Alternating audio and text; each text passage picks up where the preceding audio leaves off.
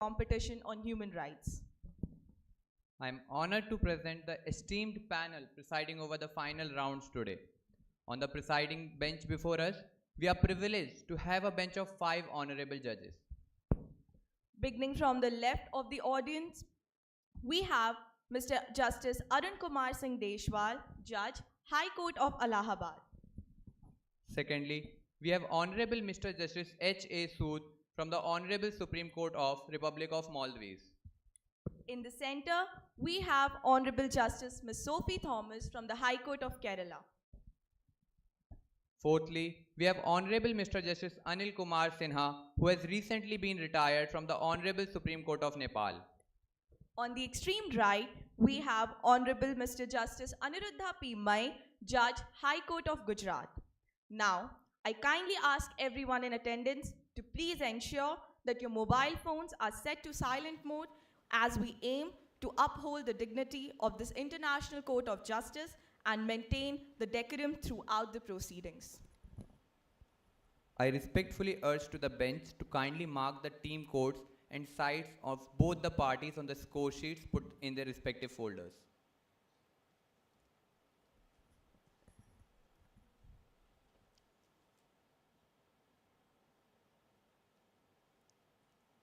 For the aggrieved party, that is the applicant, we have team with its unique identification number UIN 1238.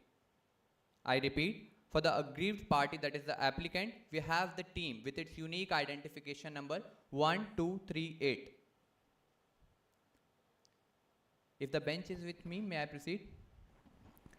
For the other party, that is the respondents, we have team with its unique identification number UIN 1210. I repeat, team 1210.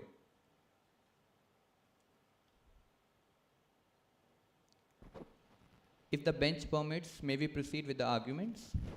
The court is in the session and the aggrieved party may begin. Thank you.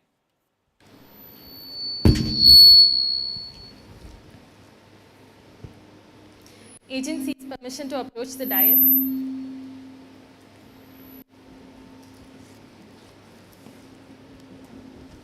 Your Excellencies, this is, excuse me. This is the compendium on behalf of the applicants.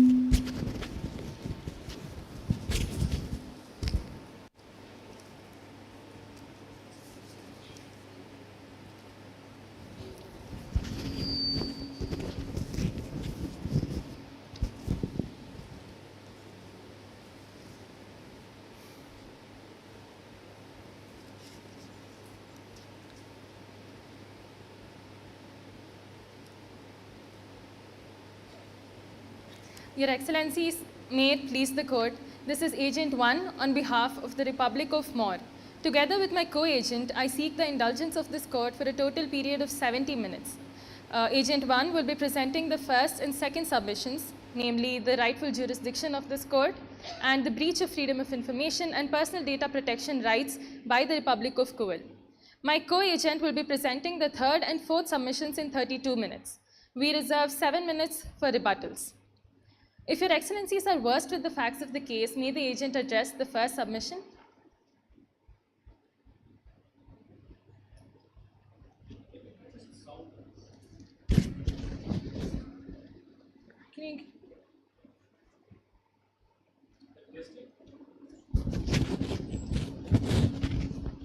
Is this better, Your Excellency?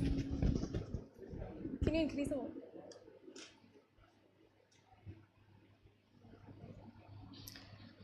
Am I audible now, Your Excellency?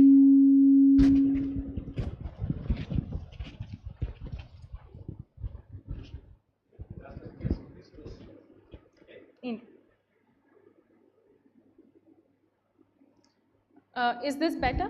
Am I audible? Indeed, Your Excellency. Your Excellencies, we stand before you today pleading for a remedy after exhausting all other avenues to bring justice to the afflicted. The first submission depends on the force of the law to curb unlawful force. The ICJ has jurisdiction in this matter based on 3 prongs: ratione materiae, ratione voluntatis, and the universality and passive personality principles. First, ratione materiae. The subject matter jurisdiction arises from erga omnes partes obligations owed in lieu of Article 36(1) of the ICJ statute. As signatories to the UN Charter, the pledge of legal commitment, locus standi is ipso facto and natural per Articles 93 and 56. The first limb of ratione materiae is the compromissory clauses. In harmony with the pacta sunt servanda principle, these are consenting clauses by parties to treaties. Article 45(2) of the Budapest Convention on Cybercrime and Article 94 of the UN Charter enable the ICJ's jurisdiction. The Republic of Kuwait, a signatory to these, is obliged to submit to this Honorable Court's jurisdiction. The second limb of ratione materiae is that Article 26 of the VCLT and Article 3 of RCWA restrict domestic laws from being used as a defense to prevent a nation from complying with international obligations. The ICJ does not replace domestic jurisdiction, it complements them. Kuwait's jurisdiction to address any matters does not invalidate this Honorable Court's jurisdiction to address matters on internationally wrongful acts. The second prong, Your Excellencies, is ratione voluntatis, the consent of the parties. In the Republic of Congo versus France, this Honorable Court allowed the doctrine's operation. In the Corfu Channel case, if Your Excellencies could kindly refer to page 93 of the compendium, this Honorable Court found that, Your Excellencies, the compendium that we submitted.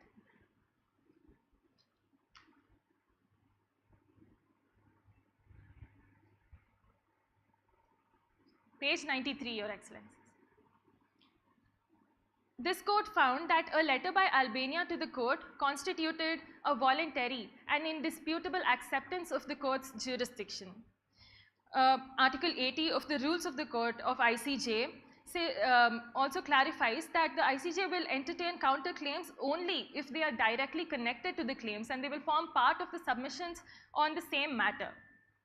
By filing counterclaims at the ICJ, Kuwait has expressed its consent to being heard by the ICJ on this matter, forming forum prorogatum, the consent. The third prong, Your Excellencies, is twofold: the universality principle and the passive personality principle. First, the universality principle. The crimes of the Republic of Kuwait are so harmful to international interests that states are entitled, even obliged, to bring proceedings against the perpetrator. Hence, it is in the best interest of all nation states that the ICJ hear this matter. The second limb is that is a cornerstone of international legal order, the passive personality principle. It is a norm that a state has the authority to remedy acts affecting its territory, regardless of the nationality of the individuals involved. It is a foundation of a state's sovereignty and a cornerstone of international legal order.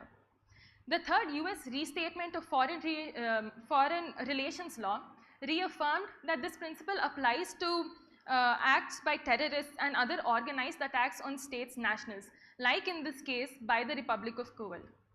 The rights of the people of Moor are violated vehemently by the Republic of Kuwait under the veil of RHPL. In US versus UNIS number 2, if Your Excellencies could kindly refer to page 96 of the compendium. The court accepted that both the universality principle and the passive personality principles form an appropriate basis for the jurisdiction of this court. It was stated that the international community recognizes its legitimacy. Your Excellencies, it is thus humbly submitted that by virtue of ratione materiae, the subject matter jurisdiction, ratione voluntatis, the consent of the parties, and the universality and passive personality principles, this Honorable Court has jurisdiction to hear the matter. If Your Excellencies are satisfied, may the agent address the second submission? Much obliged, Your Excellency. The second submission is the vehement violation of the freedom of information and personal data protection rights of Maurians. These two right violations form the two prongs of the agent's submission. In customary international law, it is a norm that the developed nations have a higher responsibility and obligation to uplift and support the developing nations. the common but differentiated responsibilities principle, and the trade negotiations held in the Doha round of negotiations reflect this. The Republic of Kuwait, a global superpower, however, instead has acted in the opposite manner by targeting the hitherto distressed citizens of Mor through digital authoritarianism through the RHPL. The first prong is the violation of freedom of information by Kuwait.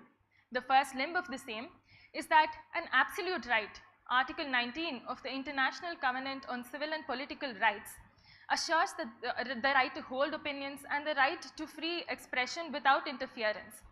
The UN Commission on Human Rights Special Rapporteur has specifically clearly stated that access to information held by public authorities is protected by Article 19 of the ICCPR, and it imposes a positive obligation on the states to ensure access to information.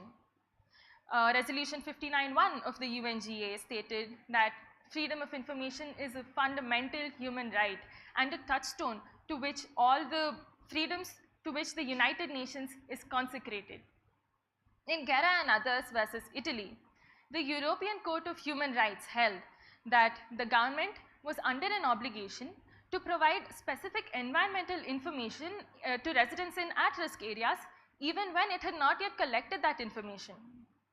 So while a state has a responsibility to ensure that information is made available to the public, Kuwait has acted in the absolute opposite manner by manipulating data, spreading propaganda, and to suit its agenda against Mor by influencing Mauryan citizens against its own state, portraying it in areas. Why and how are you suggesting that the state of Kuwait is responsible for what is being done by RHPL? It's a separate company. Yes, Your Excellency. Your Excellency, the collusion will be proved with 3 points. One, the whistleblower released communications showing collusion. This is mentioned in para 3.4 of the Moot compromise. Second, para 4.10 of the compromise states that a post on Twitter on July 5, 2022 clearly suggested that Kuwait got communications through RHPL's espionage activities. However, the post was removed within 24 hours. And third, in Annexure 2, while addressing the lack of explicit user consent, it proves that data that people have given to RHPL is used to sway political views to favor the Republic of Kuwait and shape ideologies.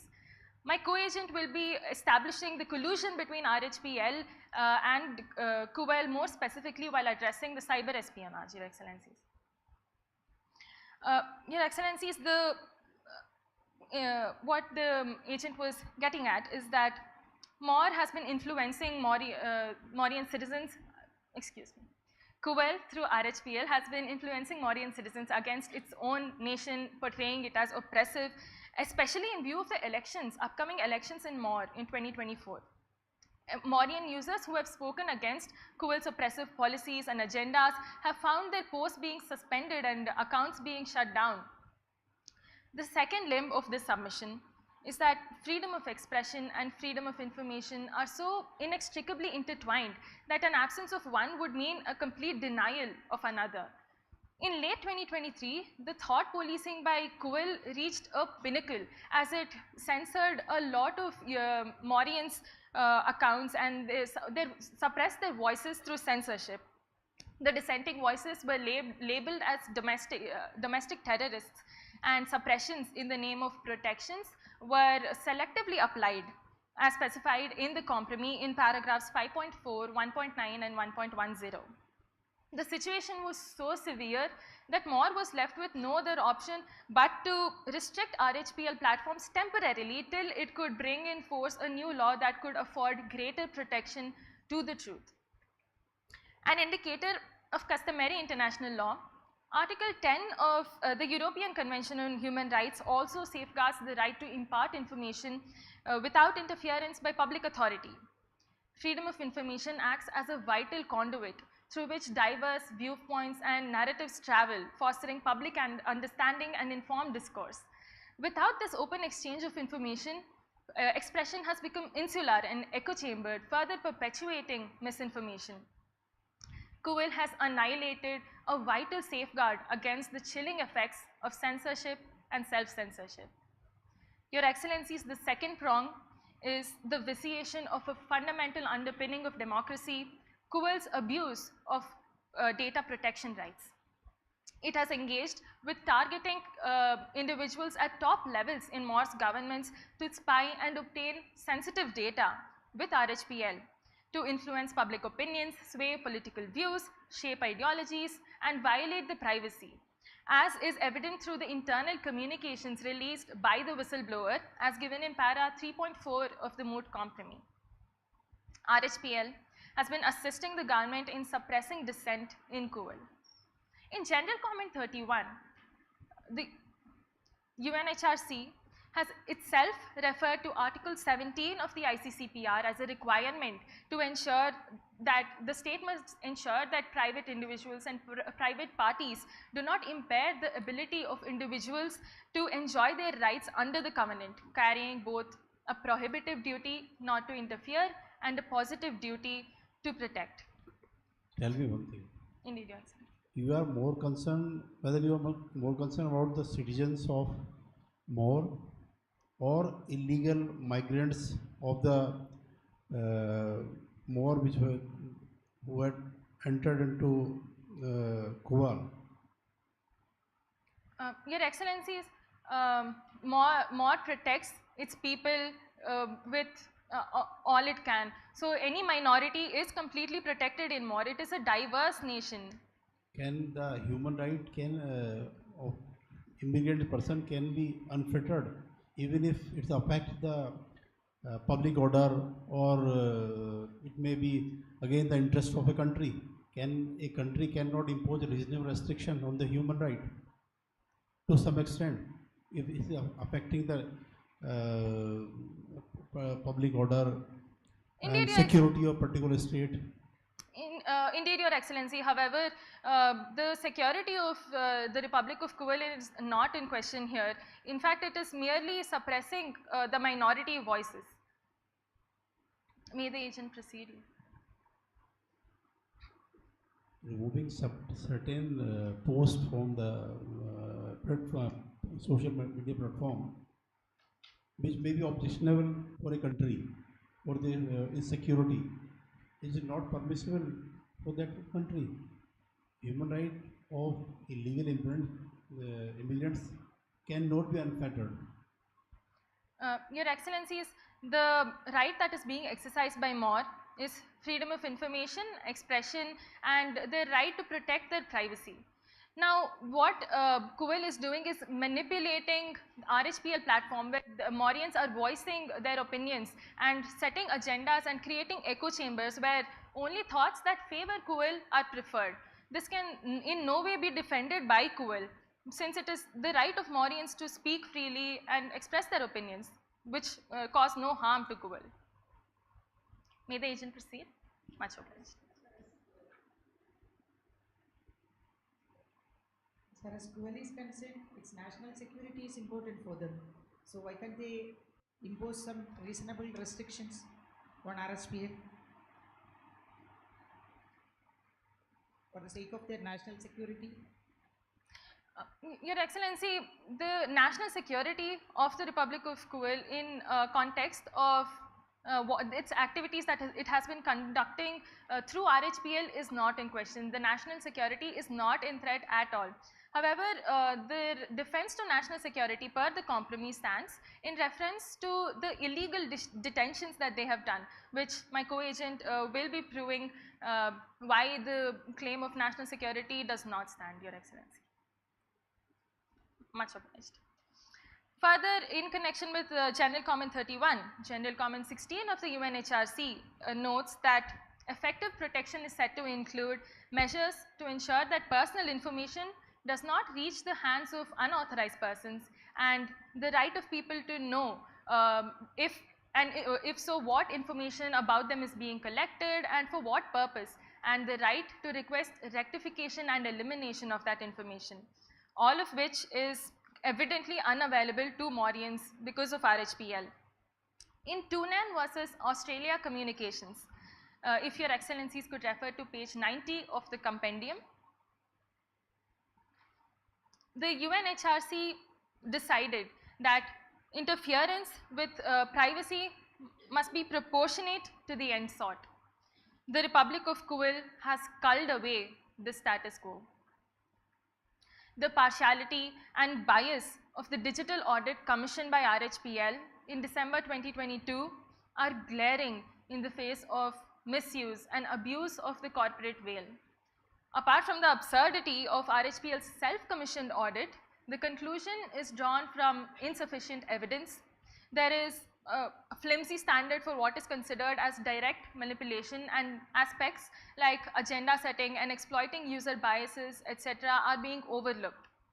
Your Excellencies, there exists a clear pattern of conduct and intention that justifies a claim of human rights violation that is being conducted by Kuwait. Justice to More remains a great test of credibility of this international law-based order. In a world plagued by crisis due to misinformation, the accountability of the nations lies at the forefront of solving it. We must not let the stubborn persistence of national sovereignties triumph over the responsibilities to right the wrongs. Your Excellencies, it has been an honor and a privilege arguing before this honorable court. If Your Excellencies don't have any further questions, my co-agent will address the third and fourth submissions. Much obliged, Your Excellencies.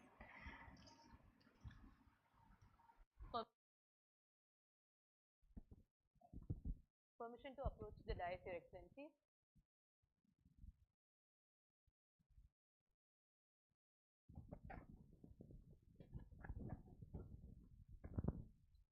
Is the agent audible, Your Excellency?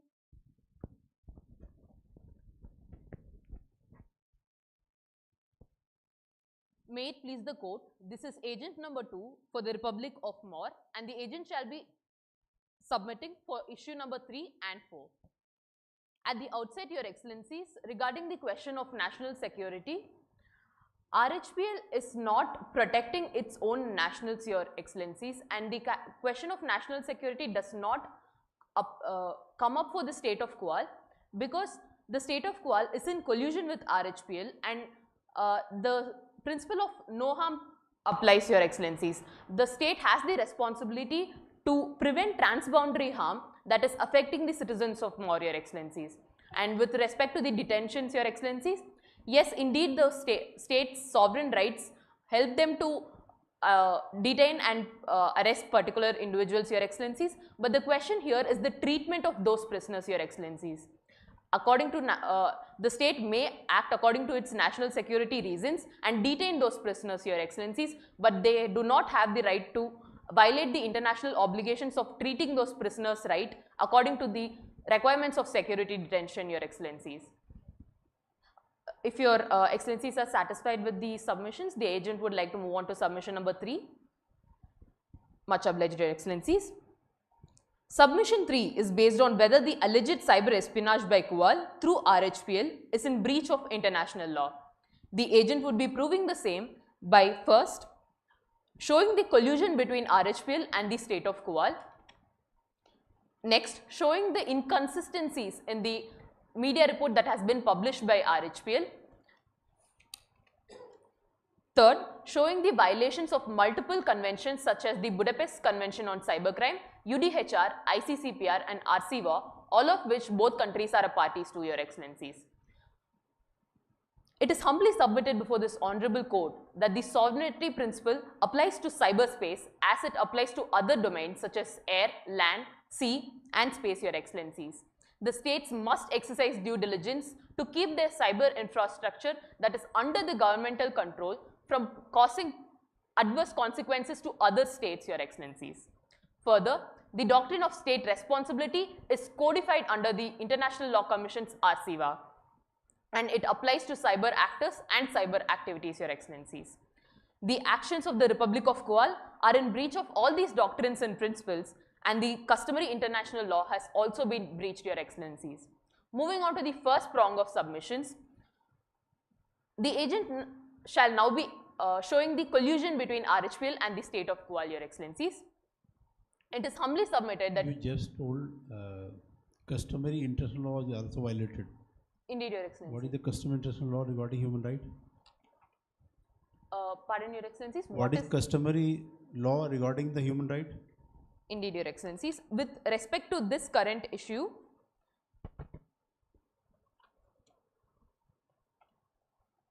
the agent is referring to how the arbitrary arrest and detentions have already been part of the customary international law through various cases such as Congo, the Republic of Guinea versus Republic of Congo.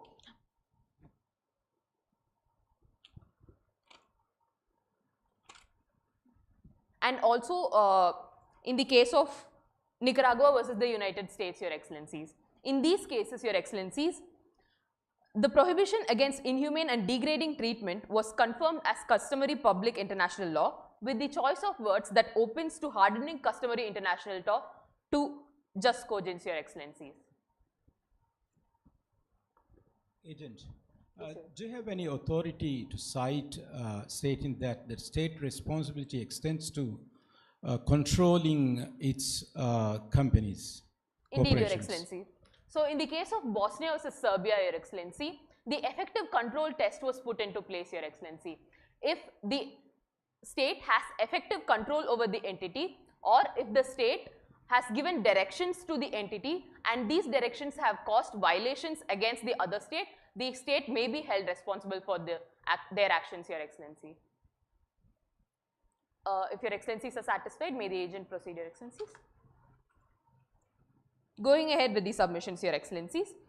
RHPL is a media entity with global presence, Your Excellency, and they have been facilitating Kuwal's objective of increasing their prominence in the world politics, Your Excellencies.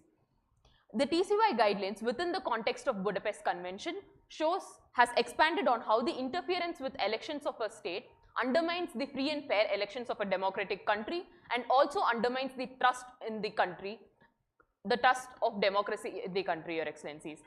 And malicious cyber activities such as disinformation campaigns that has been undertaken by the state of Kuwal is significantly impacting the state of Mor with respect to its electoral campaigns that has been happening, that is the elections that is upcoming in the year of 2024, Your Excellencies. The time frame of the election has to be kept in mind, Your Excellencies, and an investigation has proved that Kuwal has been utilizing personal data of the customers to sway the public opinion and provide echo chambers and keep providing bubbles that spread disinformation, Your Excellencies. And with respect to the collusion part of it, Your Excellencies, the whistleblower has as per paragraph 3.4 of the Moot compromise, Your Excellencies, the whistleblower has already established that there has been collusion between the state of Kuwal and RHPL, the media entity, Your Excellencies. And the RHPL, while addressing these allegations, has launched an independent commission, which has independent audit, which has been commissioned by RHPL itself, Your Excellencies, which will be addressed again in prong number 2 of this submission, Your Excellencies. However, the whistleblower's evidence should be put in is above the audit report of the media entity itself, Your Excellencies, because the whistleblower is someone who has been part of the entity, Your Excellencies, and has come out and exposed these malpractices that has been happening in their own company, Your Excellencies. However, the media audit that has been commissioned by the media itself is not authentic, Your Excellencies. In the case of Sabo versus Hungary, if Your Excellencies could refer to page number 87 of the compendium.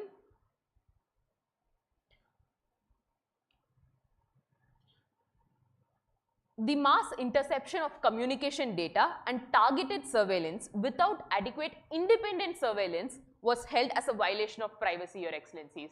In this matter also, there has been no independent authority that has been overseeing this mass surveillance and mass interception of data, Your Excellencies. Moving on to the second prong of submission.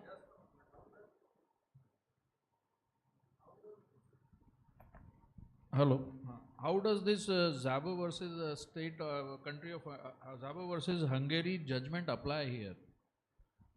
Your Excellencies, You are relying on that judgment, right? Indeed, Your Excellency. So how does it apply? Because what has been written in your memorial,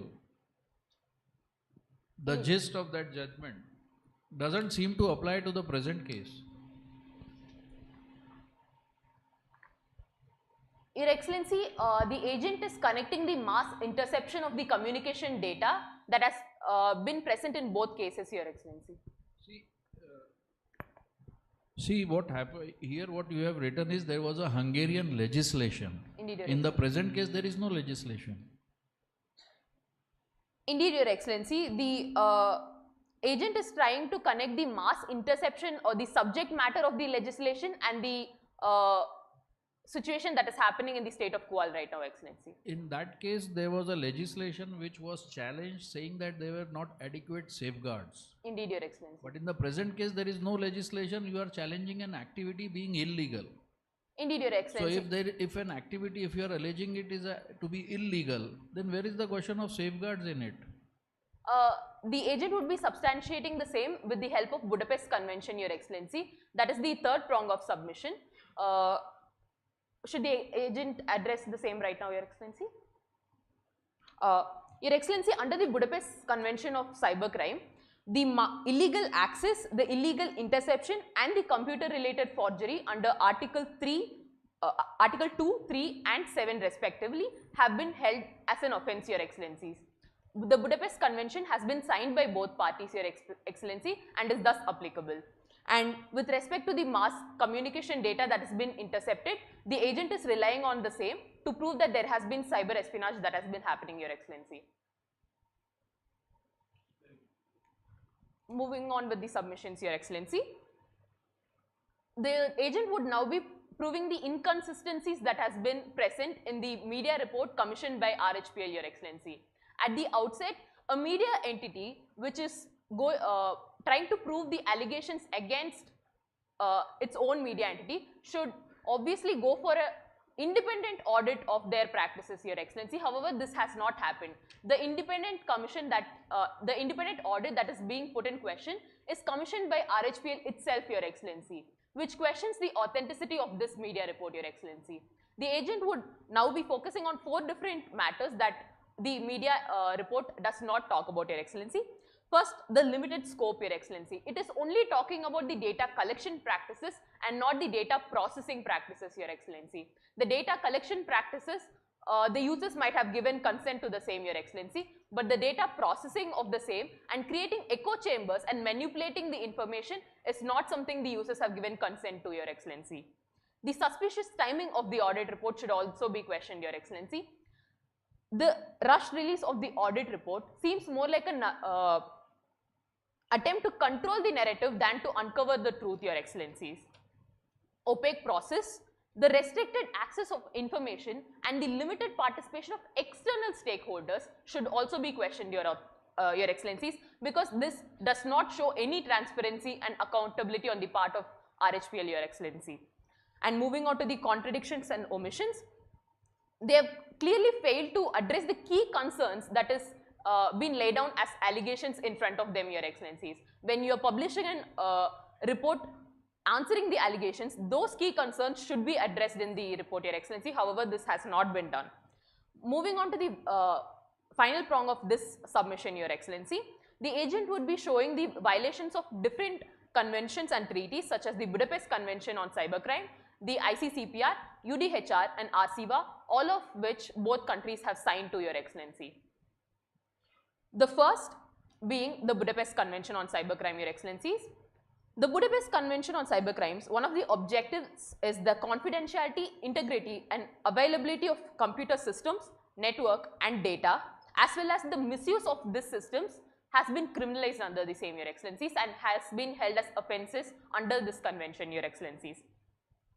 As stated in the case of Nicaragua versus the United States, this very court had held that supporting the rebel groups and engaging in covert activities by the United States is against the sovereignty of Nicaragua, Your Excellencies. And the covert activities in this particular case refers to the stealing of information, manipulating the public perception and downplaying security threats, Your Excellencies. And they have also illegally gained access to military information, which is very state sensitive, sensitive information of the state, Your Excellencies. As the agent had already established, under the Budapest Convention, the illegal access, the illegal interception, and the computer-related forgery has been held as offences, Your Excellencies. The computer-related forgery in specific refers to the intentional input, alteration, deletion, or suppression of computer data, resulting in unauthentic data with the intent that later it shall be acted upon for legal purposes, as in this case, Your Excellencies. This has clearly been held as an offence under the Budapest Convention, Your Excellencies. Moving on to the final prong of the According to you, while was using RSPL platform for their political gain. Indeed, Your Excellency. So violating the human rights. Indeed, Your Excellency. Yes. The agent would now be addressing ICCPR and UDHR also in specific, Your Excellencies. Article 17 of the ICCPR and Article 12 of the UDHR provides for right to privacy of data of individuals, Your Excellencies. And in the case of Kennedy versus the United Kingdom, again relying on the subject matter of this surveillance program and the practices that have been happening in Kuwait, Your Excellencies, this was held as a disproportionate interference with the privacy of the individuals, Your Excellencies. Therefore, it is submitted that the Kuwait has acted in breach of its international obligations as a neighboring country and has failed to assist more in any way while these allegations were made, Your Excellencies. And they have violated the Budapest Convention, UDHR and ICCPR, all of which they are parties to, Your Excellencies. If Your Excellencies are satisfied with submission number 3, the agent would like to move on to submission number 4. Tell me one thing, please. Indeed, Your Excellency. Article 45(2) of Budapest Convention on Cybercrime. This lays down the competency of jurisdiction to ICJ if the party to dispute applies before the ICJ. Can you compel other party he should join litigation before ICJ? Your Excellency, you are asking about whether they have submitted to the jurisdiction. As per the Budapest Convention of Cybercrime, Indeed, Your Excellency. can unilaterally approach to ICJ and compel other party to appear there and for the adjudication of the dispute? According to the Budapest Convention, Your Excellencies, no party can be forced to come to the ICJ for the same, Your Excellency. However, by filing the counter claims with respect to the allegations and the claims that has been filed by the state of Moor, Your Excellency, the state of Kuwait has already accepted jurisdiction, Your Excellency. If Your Excellencies are satisfied with submission 3, the agent would like to move on to submission number 4. Moving on to submission number 4, Your Excellencies, on whether the arrest, detention and punishment of detained Mauryan nationals residing in Kuwait was a violation of international human rights law, Your Excellencies. The agent would be proving the same on 3 different prongs, Your Excellencies. The first being on how the ICJ has jurisdiction to deal with criminal matters in specific, and also that it is not barred by the domestic jurisdiction of the state of Kuwait, Your Excellencies. The second would be focusing on the multiple violations that have been happened with respect to the treatment of those prisoners who have been arrested and detained, Your Excellencies. And finally, that even if it were for national security reasons, Your Excellencies, the requirements of security detention have not been complied with, Your Excellency. Moving on to the first prong of submissions on how the ICJ has jurisdiction for criminal matters in specific, and also that it is not barred by the domestic jurisdiction of Kuwait. As already established by my co-agent, the ICJ has jurisdiction for criminal matters as well, Your Excellencies, and it is not barred by the domestic jurisdiction of Kuwait because the ICJ acts on a principle of complementarity, Your Excellency, and it does not replace the national jurisdictions of Kuwait, Your Excellencies. The agent is not contending whether the arrest of these people have been in accordance to law, Your Excellencies, because the state of Kuwait claims that it is for national security reasons. However, no evidence for national security reasons have also been shown, Your Excellency. However, the agent would be contending that the treatment of these prisoners have been in violation of all the conventions and treaties that has been signed by both countries, Your Excellencies. At the outset, regarding the domestic jurisdiction, again, Your Excellencies, according to Article 26 and 27 of the VCLT, the states have to comply to their international obligations in good faith, Your Excellencies, and according to Article 27 of the VCLT, they cannot claim the defense of domestic jurisdiction for international obligations, Your Excellency. And in the case of Djibouti versus France, even there, the discretionary power of the country was also held that it has to be acted in accordance with the good faith principle under Article 26 of the VCLT, Your Excellencies. Moving on to the prong of how the treatment of these prisoners have been violative of multiple treaties and conventions of which both parties are signatories to. The first being the agent would be relying on ICCPR and UDHR for the same, Your Excellencies. Article 2 of the ICCPR states that even if the state of Kual has the legal authority and even if the violator is acting in their official capacity, the legal recourse has to be given to the arrested and the detained, Your Excellencies. According to Article 5 and Article 5 of the UDHR and Article 7 of the ICCPR, the punishment should not amount to torture or it should not be inhumane and cruel, Your Excellencies. The Moot compromise clearly states the horrific circumstances that are present in the state of Kual, Your Excellencies. They have been put under solitary confinement, under handcuffs, and also that they have not been given any trial in front of an independent judiciary, Your Excellencies. The independent judiciary part is also in question, Your Excellencies. According to paragraph 5.8 of the Moot compromise, Your Excellencies, it has been clearly stated that the state of Kual's judiciary has been stifling dissent in their own country and they often pass judgments which are favorable to the state of Kual, Your Excellencies. This has been no clarification has been given by the state of Kual regarding the same, Your Excellencies, and the allegations stand the same, Your Excellencies. According to Article 9 of the ICCPR and Article 9 of the UDHR, the arbitrary arrest, detention and exile has been, there's a right which protects individuals against these, Your Excellencies. And under Article 10 and 11 of the UDHR and... Agent, there are other forums which address these issues under the UN system. Indeed, Your Excellencies. And has any reports been made to specific forums under ICCPR regarding these issues? Under the ICCPR in particular, yes. Your Excellencies? According to the UN Charter, Your Excellencies, the ICJ is the principal judicial organ, Your Excellency.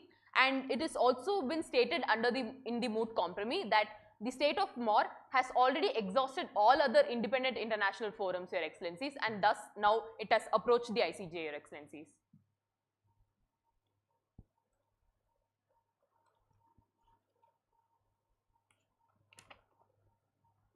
Moving on to the customary international law which has been violated by the state of Kual, Your Excellencies, as already stated by the agent.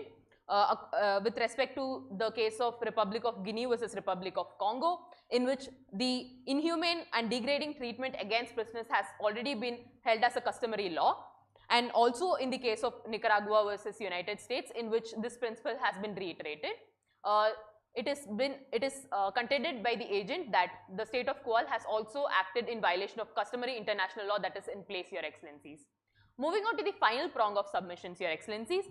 The requirement of security detention have not been complied with, Your Excellencies. Even if the state of Kual claims that it is for national security reasons, Your Excellencies, the requirements for security detention have not been complied with, Your Excellencies. The agent is not contending the arrest and detention of these prisoners, Your Excellencies, but the treatment of these prisoners, Your Excellencies, is in violation of multiple international obligations. First, moving on to the set of regulations that has been set under the standard minimum rules for the treatment of prisoners outlined in the Resolution 2076 of the UNSC.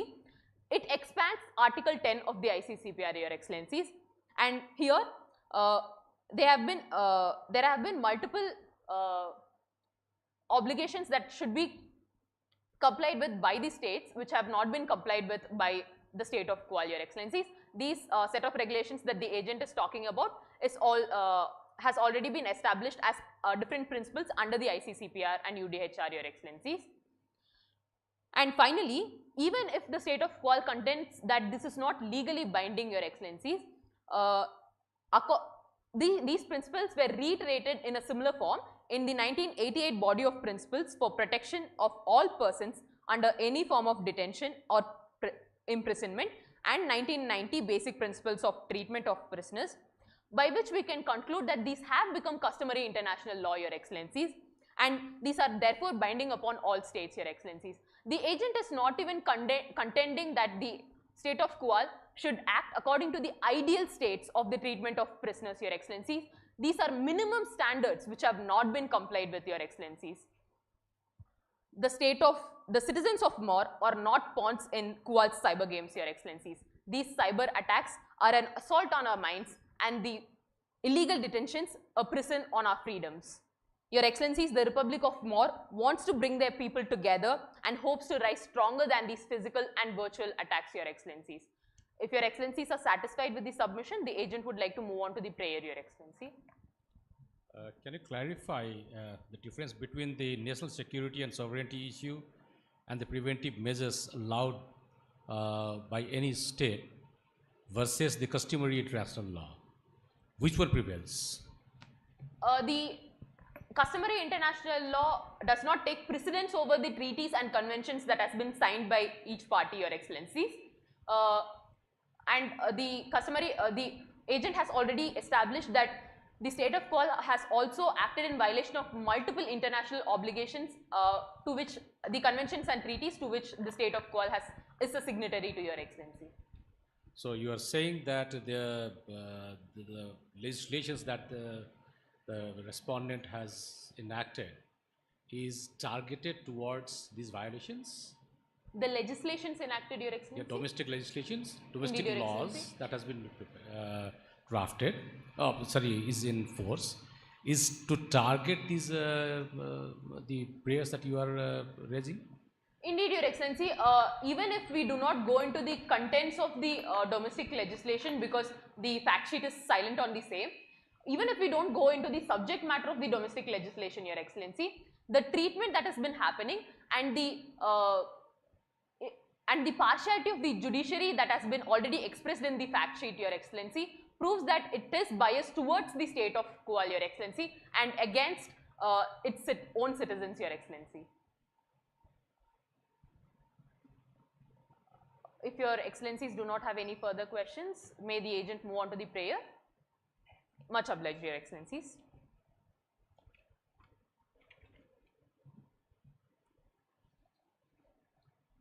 For all the foregoing reasons stated, the Republic of Moor humbly prays before this honorable court that this honorable court declare that the Republic of Kuala has breached its international obligations and has committed internationally wrongful acts.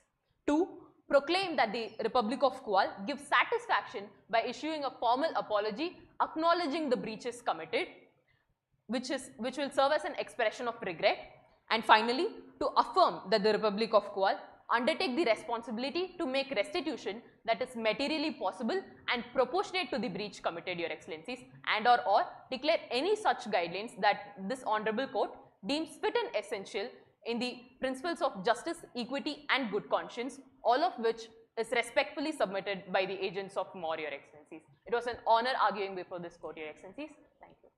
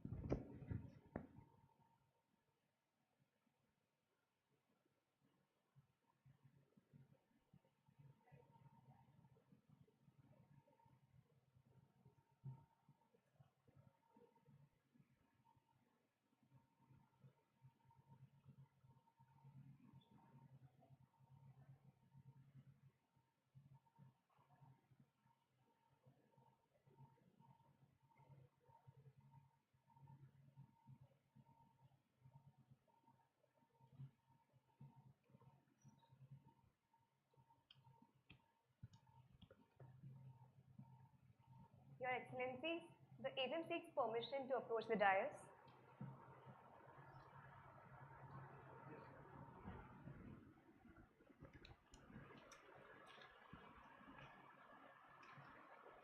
Your Excellencies, is the agent clearly audible? Good morning, Your Excellencies. I represent the respondent, the Republic of Kuwait, in the matter before the court this morning. I'll speak for 31 minutes and address Kuwait's first two submissions. The first, concerning the lack of this court's jurisdiction, and the second, concerning the alleged breach of freedom of information and personal data protection rights of the citizens of Moot. My co-agent will then speak for 32 minutes and address Kuwait's final submissions. On the third, concerning the cyber intelligence in the wake of diplomatic crisis and assassination, and on the fourth, on the alleged arrest, detention and punishment of Mauryan nationals residing in Kuwait. Before moving on to the submissions, if I may brief the court on the facts of the case. The Republic of Moot and the Republic of Kuwait are two neighboring nations with federal structure of government and parliamentary democracy. RHPL is an organization incorporated in Kuwait. Through its various platforms, it provides users with a range of services. RHPL is a staunch supporter of data privacy and ensures that guidelines are being followed. The cyber intelligence was done in the wake of diplomatic crisis and assassination of Mr. Ling. Lastly, the reports concerning the arrest, detention and punishment of Mauryan nationals were done in the interest of national security and sovereignty of Kuwait. The Republic of Moot has unilaterally filed a case against Kuwait before the ICJ without its consent. Your Excellencies, moving on to the first submission before this court, which deals with the jurisdiction, we submit that this court does not have the jurisdiction over the present dispute. We say this for two reasons. First, ICJ's jurisdiction is barred by the application of doctrine of forum prorogatum, and second, ICJ is not the appropriate forum to adjudicate over the instant matter. Your Excellencies, on the question of doctrine of forum prorogatum, we submit that in the case of ICJ, the contentious cases is founded upon the consent of the parties, and this consent can be inferred only in three circumstances. First, when both the parties have provided for a special written agreement as provided under Article 40 of the Statute of ICJ. Second, when both the nations are signatories to a treaty which specifically provides for submitting to ICJ's jurisdiction in the case where a dispute arises. And lastly, when both the parties give a compulsory declaration of acceptance of the court's jurisdiction as provided under Article 36, Paragraph 2 of the Statute of ICJ. Your Excellencies, in Bosnia versus Serbia, the court discussed that the doctrine of forum prorogatum refers to a possibility that if State A commences proceedings against State B on defective or non-jurisdictional basis, then this situation can be remedied only when State B can give the consent on the instant matter. Your Excellencies, on what amounts to consent, this was discussed in the case of Anglo-Iranian Oil Company. It was said that mere participation in proceedings, and if such participation is only for contesting the jurisdiction, does not amount to consent. The consent, if given, must be clear and unambiguous. Your Excellencies, it is also to be noted that under Article 38, Paragraph 5 of the rules of this Honorable Court, the court cannot take any proceedings unless the state against which the application is made consent to court's jurisdiction. In the present case, Your Excellencies, Republic of Moot has unilaterally brought a case before the ICJ. Both the nations have not entered into any special agreement or have signatories to a treaty which refer to the court's jurisdiction or have made a compulsory acceptance of the court. In such circumstances, ICJ's jurisdiction is barred unless Kuwait consents. However, Kuwait has not consented to the court's jurisdiction. Your Excellencies, as a point raised by my learned opposite agent that Kuwait has filed counterclaims. However, Your Excellencies, counterclaims do not amount to consent. Counterclaims are in nature of claims raised by the other party, which must be in respect to the principal claims made as mentioned in Article 80, paragraph 1 of the rules of the court. However, the counterclaims in this present case pertain to the two situations. First, on the extraterritorial targeted assassinations of separatists, and second, on the waiver of diplomatic protection which was removed by Moore. Your Excellencies, the present dispute deals with only the four issues. First, on the jurisdiction. Second, on the freedom of information and personal data protection rights. And on the third, the cyber intelligence by COAL through RHPL. And on the fourth, the arrest, detention and punishment of Mauryan nationals. Your Excellencies, on the question of whether ICJ is the appropriate forum, we submit that ICJ is not the preferred forum in the present case. Your Excellencies, as mentioned under paragraph 1.6 on page number 3 to the compromise, both the nations are signatories to the International Covenant on Civil and Political Rights.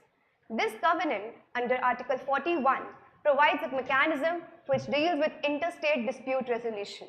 Your Excellencies, this provision allows state parties to file a formal complaint on alleged non-fulfillment on human rights obligations in another state. The state parties can exchange a formal communication to resolve the dispute. However, if this dispute is not resolved within 6 months, they may refer it to the Human Rights Committee. However, Your Excellencies, in this present case, Moore has not addressed this form of dispute resolution. They have not. It's submitted by the applicant that all remedies, international remedies, have been exhausted. Your Excellencies, as mentioned in the Moot compromise, Moore has unilaterally brought this case before the ICJ.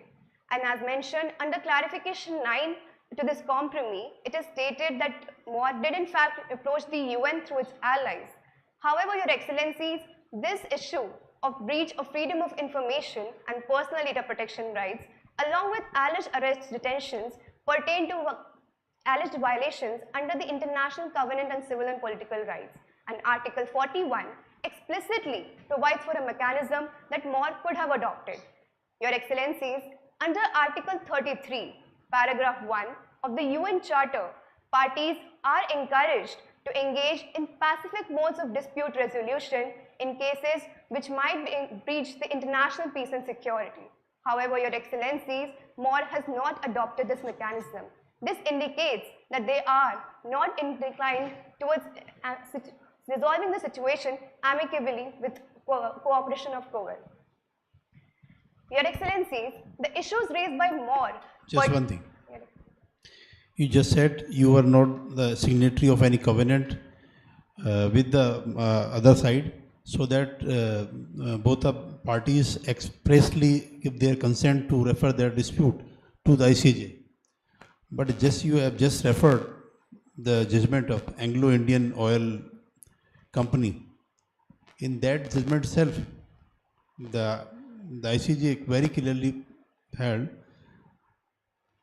that it referred to a prorogated jurisdiction which occurs when a power is conferred by the consent of parties and following the initiation of the proceeding upon the ICJ, which otherwise would not have adjudicated. But it was further mentioned that such consent can be indicated in an informal way or by a succession of fact. You have yourself filed counterclaim. You could have filed the objection that ICJ has no jurisdiction. Once you have filed counterclaim, meaning thereby, as per the judgment of Anglo-Indian case, he informally has given you consent to adjudicate your dispute. You know the difference between the counterclaim and the objection. Making a counterclaim is as good as making a claim.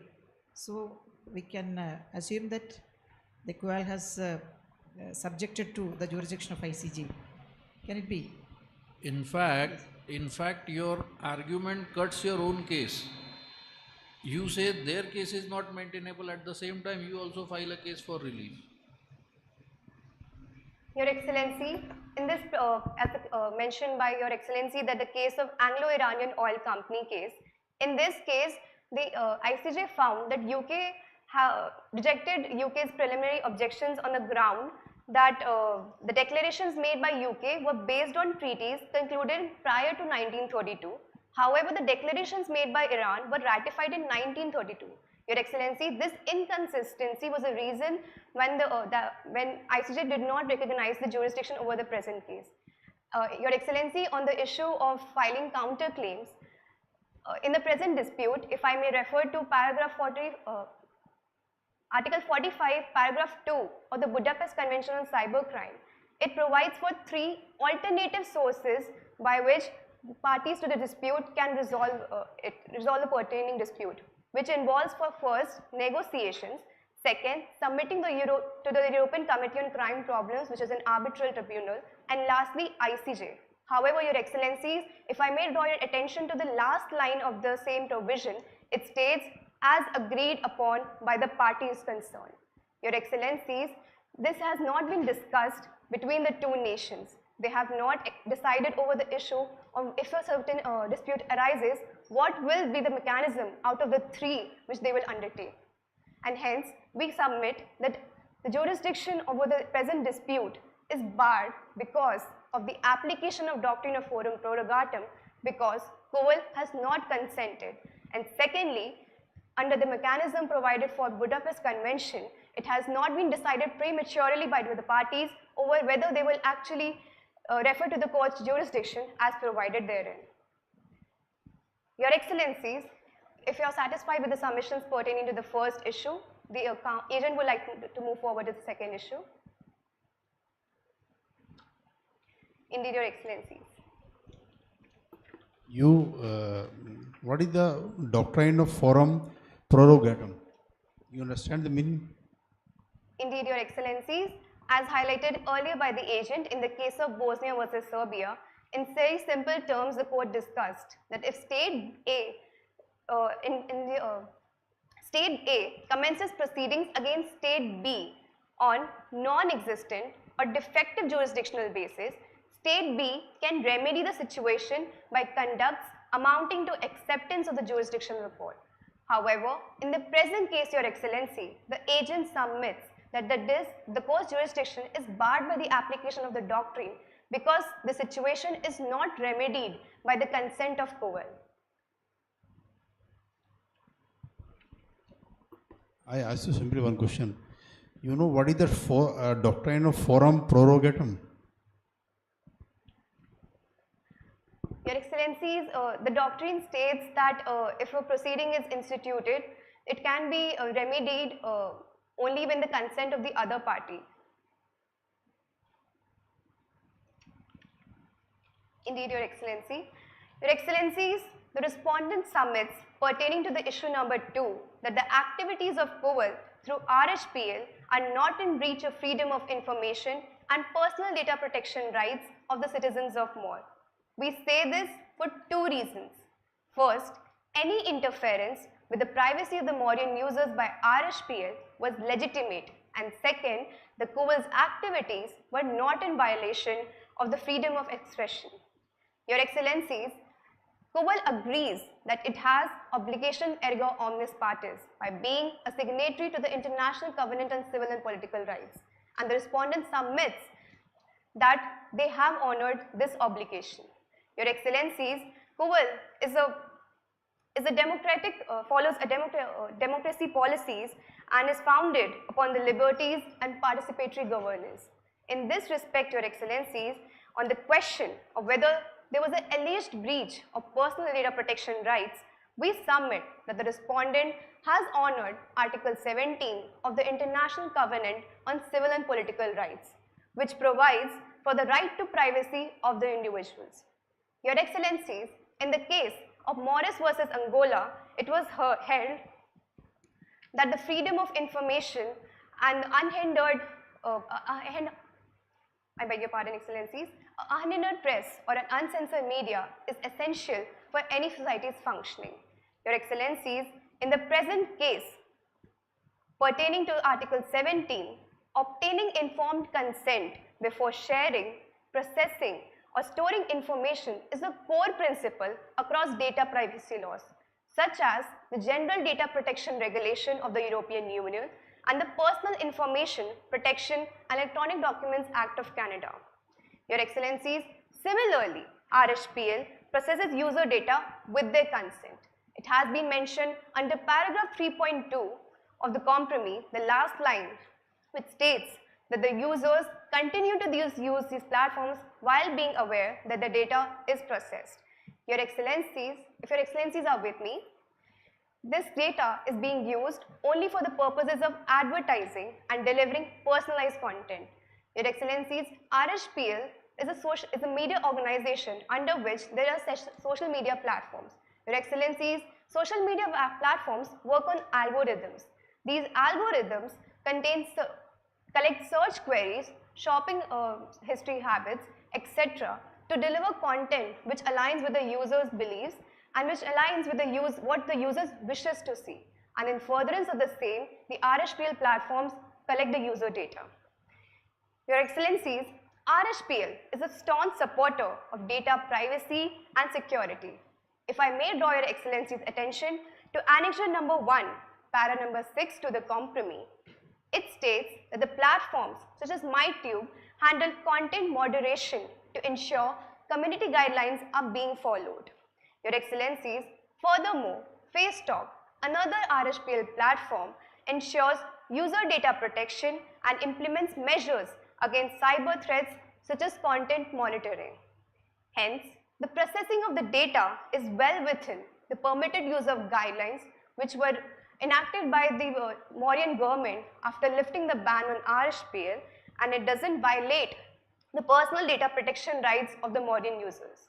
Your Excellencies, the agent also wishes to submit that the ban on the RHPL platforms as cited by the applicant that they were done in the national security concerns, the agent would like to raise the issue that if I may draw Your Excellencies' attention to paragraph 1.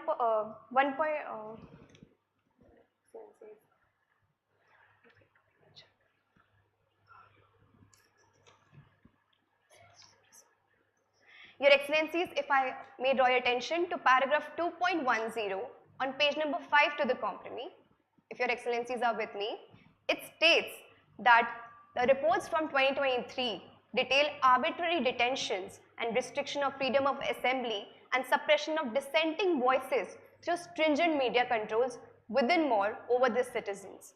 Your Excellencies, their approach to national security concerns have come at the cost of civil liberties. Your Excellencies, the definition of national security herein with reference to paragraph 2.10 of the compromise indicate that it is flawed. Your Excellencies, if I may draw your attention to paragraph 3.8, it is stated that RHPL is viewed as bastions of freedom of expression and opinion, and the ban on the RHPL platforms was considered a digital authoritarianism and restricting on the rights of their own citizens to access information. Your Excellencies, I would also like to draw your attention that post the ban, the citizens of MOR continued using these platforms via using VPN proxy servers. These servers allowed users to still access the platforms. Your Excellency, there is no tandem between what the government wants and what the citizens want. Your Excellencies, the citizens are dependent on the RHPL platforms to be connected to the outside world. And Your Excellencies, in this case, the ban on the RHPL by the Mauryan government was hence unjustified. Your Excellencies, on the question of breach of freedom of information, we submit that the activities of RHPL are in consonance with the Article 19 of the ICCPR, which states that every individual has a right to freedom of expression, which includes freedom to seek, receive, and impart all kinds of information. Your Excellencies, as mentioned earlier, in the case of Morris versus Angola, a free, uncensored, and unhindered press or other media is essential in any society to ensure freedom of opinion and expression.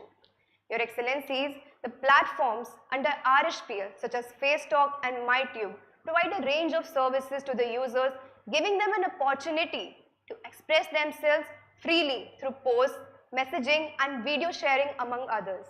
Your Excellencies, As per the guidelines which were introduced by Moore, after lifting the ban, platforms were required to ensure effective content moderation. And Your Excellencies, RHPL has been doing that even before the guidelines were introduced. Additionally, Your Excellencies, RHPL censored posts and suspended accounts to ensure a peaceful online space. This was done in the wake of the assassination of Mr. Ling, a prominent international figure which caused international tensions. Your Excellencies, these measures were undertaken to prevent spreading of misinformation. As mentioned in the guidelines, that users must only propagate those ideas which are of reliable information. Your Excellencies, I would also like to draw your attention to the fact that the investigation surrounding Mr. Ling's assassination was still ongoing, and in such circumstances, any kind of misinformation would only exacerbate the situation. Therefore, before this honorable court, we submit that the activities of KUVL through RHPL are not in breach of freedom of information and personal data protection rights, because these were legitimate and in consonance with Article 19 and 17 of the ICCPR. Your Excellencies, if you have no further questions, may I please call upon my co-agent. The applicant submitted that there was a collusion between the company and the government. Do you have anything to say about that? Your Excellencies, if I may draw your attention to paragraph 1.7 on page number 3 of the compromise. Your Excellencies, I beg your pardon, paragraph 1.10 on page number 4. It states that KUVL is a champion of human rights and prioritizes safety of its citizens and has even enacted a legislation to that effect. Your Excellencies, along with this, we would like to submit that RHPL is an organization incorporated in KUVL, and we do agree that it must be governed with the laws of the KUVL, Your Excellencies. And in this case, we submit that even that RHPL being governed by KUVL's legislation has not violated the right to privacy and freedom of expression of the users. Your Excellency, further on the point of the collection of data by RHPL, the AI technology is capable of complex data analysis, content curation, behavior prediction, as mentioned under paragraph 3.2 on page number 6 of the compromise. If Your Excellencies are with me, these mechanisms collect search queries, social media interactions, and shopping habits. Your Excellencies, if I would like to explain a concept of filter bubbles before you. Your Excellency, filter bubbles are basically the culmination of AI algorithms which work on these mechanisms, which are search queries, social media interactions, and shopping habits. This provides users with the type of content they wish to see. Your Excellency, the users are free to choose the information they would like to see, and RHPL has done exactly that. If the RHPL was champion of human rights and they were not doing anything violating human rights or information publishing, what was the reason for curtailing their actions by the KUVL? I beg your pardon. Some restrictions were imposed on RHPL regarding the data and all, and if there was no human rights violation, why such restrictions were imposed?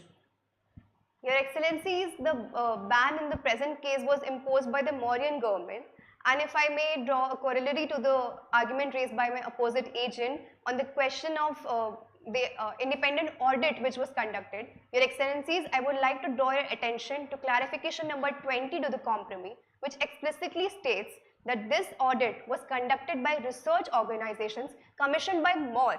This indicates that this independent audit is admissible and is not influenced by any other outside manipulation. And this indicates that RHPL is not in collusion with the KUVL government. Your Excellencies, KUVL is a supporter of human rights and ensures that the entities under its territory are following and honoring the international human rights law. In your memorials, you accepted one thing, you are using the data of the user without their permission. Whether right to privacy of their personal information is not a human right, and you are violating without seeking their consent. You are using their personal data for economic purpose, for generating revenue for your platform. Your Excellencies, if I may draw your attention to paragraph 3.2, the last line states that the users are using this information while being aware that their data is going to be processed. And Your Excellency, the respondent submits the said data was processed only for the purposes of advertising and delivering personalized content. Your Excellency, RSPL ensures that its users get a seamless user experience, and in furtherance of the same, their data was collected with their informed consent, as which is prevalent across data privacy laws such as the General Data Protection Regulation of the European Union and of other states such as Canada and California. Yeah, how could we inform consent? Unless you inform them, if you are using this platform, your personal data may be used for commercial purposes. Merely because saying that they are continuously using your platform, it means they have given consent and you are using for that economic purpose. This is your accepted fact in paragraph 20, page 5. Then how could you say that you are not violating their right to privacy regarding their personal data? Page 5, paragraph 20 of your memorial. Your Excellencies, is it in the paragraph 5 of the written submissions or? नहीं, ये memorial submitted by you. Indeed, Your Excellencies. Page 5, paragraph 20. Paragraph 20. Your Excellency, paragraph 20 explicitly states that RSPL platforms collect user data and process it for advertising, the major source of revenue for the organization, with the consent of the users. Your Excellency, in general parlance, platforms such as Facebook, Instagram, etc. work on advertising as well. If you, in general parlance, Your Excellencies, if you scroll through Instagram, you will be met with several advertisements. And there's a common notion that these advertisements are reflective of the previous shopping histories of the users.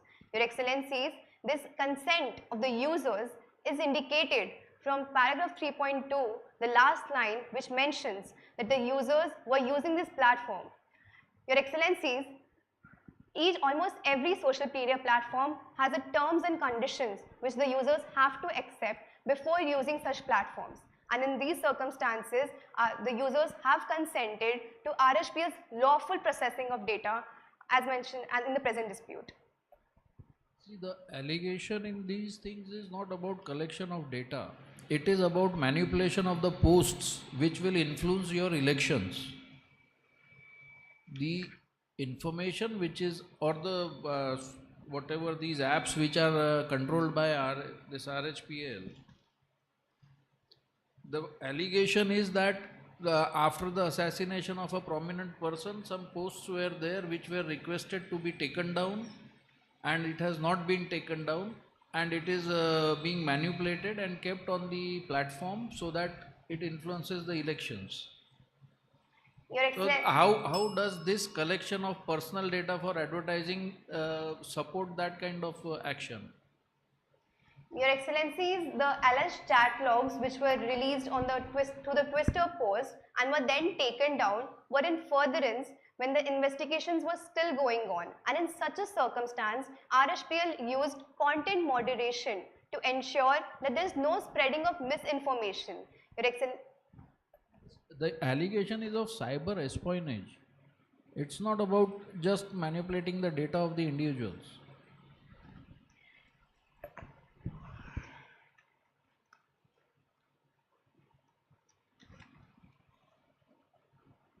Your Excellencies, concerning the alleged chat logs which are as alleged that they were received through cyber espionage activities, Your Excellencies, I would like to draw your attention to the fact that Moore has officially denied the authenticity of these chats as mentioned under paragraph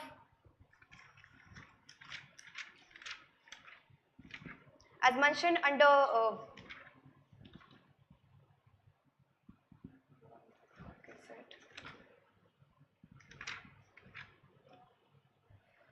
as mentioned under paragraph 5.3 on page number 12 of the compromise, Your Excellencies. If you're with me, it states that the Moore government officially denied the authenticity of the release chats. Your Excellency, in this present circumstances, when the applicant has denied the authenticity of the release chats, the question of whether or not they were retrieved through intercepted communications or cyber espionage activities is not maintainable in the present situation. It was an honor pleading before this court, Your Excellencies. I would now like to call upon my co-agent.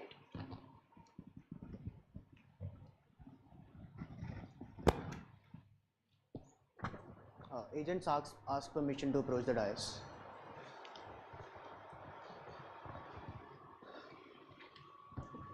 Greetings, Your Excellency. Today I shall continue the respondent submission before this honorable court from the respondent side.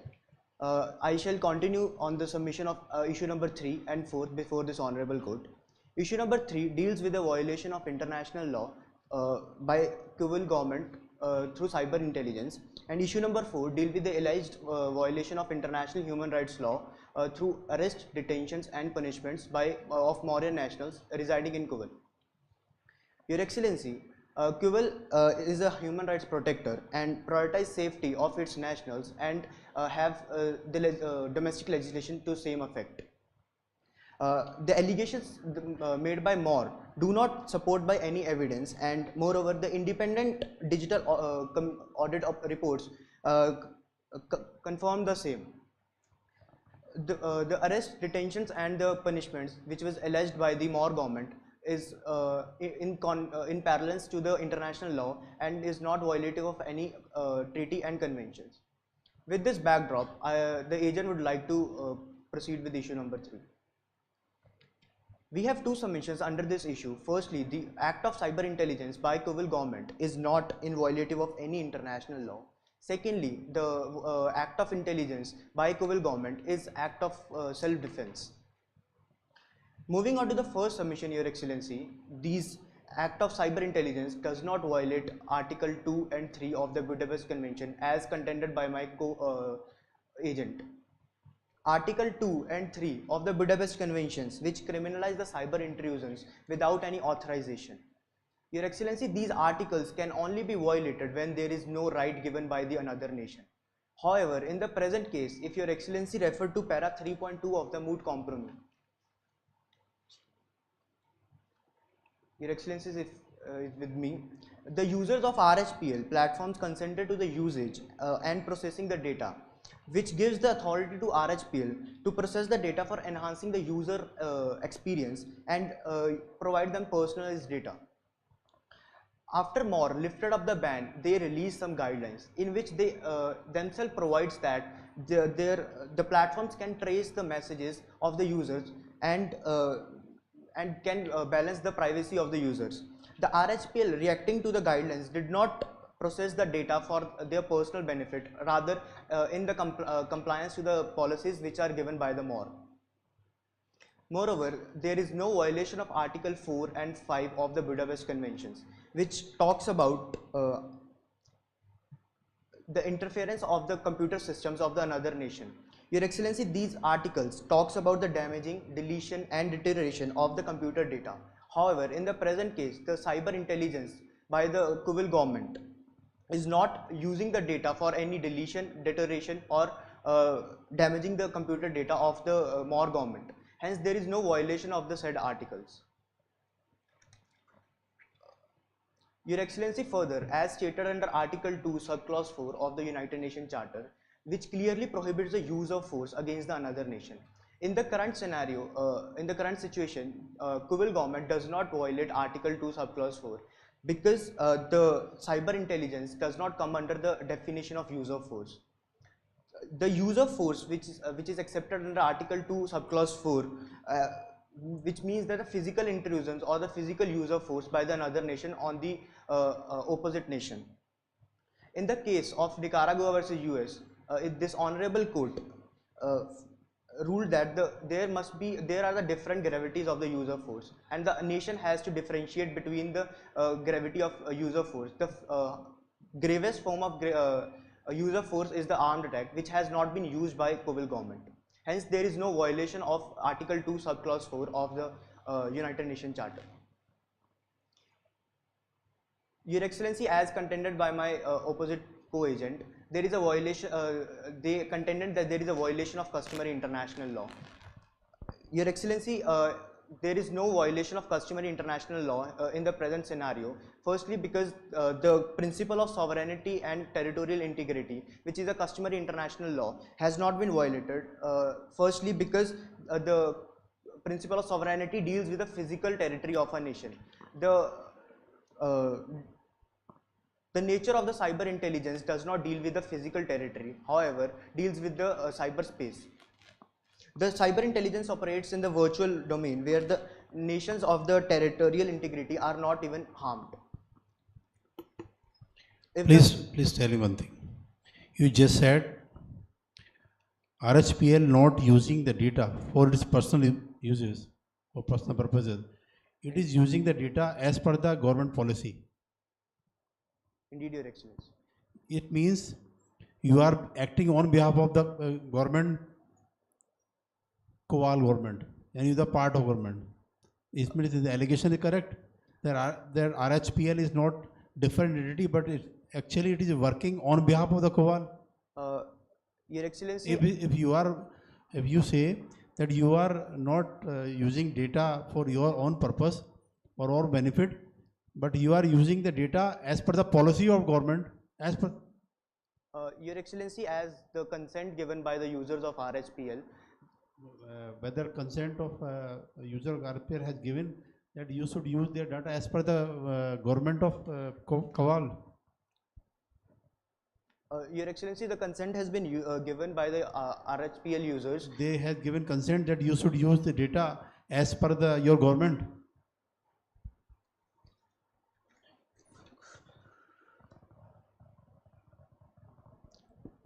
Your Excellency, as mentioned under para 3.2 of the Moot compromise, the consent has been given for the usage of data for the personalized content and the AI algorithms, not for the usage of the data for the government purposes.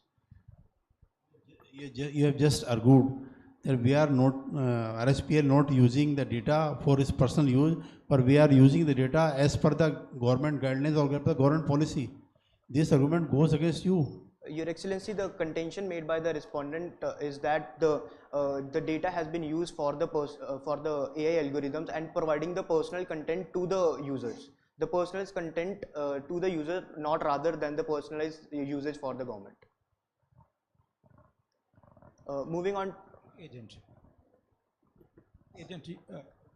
you just mentioned that the use in cyberspace doesn't affect the sovereignty of the other states. Indeed, Your Excellency. What about if you have posts that you did not take down and that influences the outcome of an election of another country or the targeted country?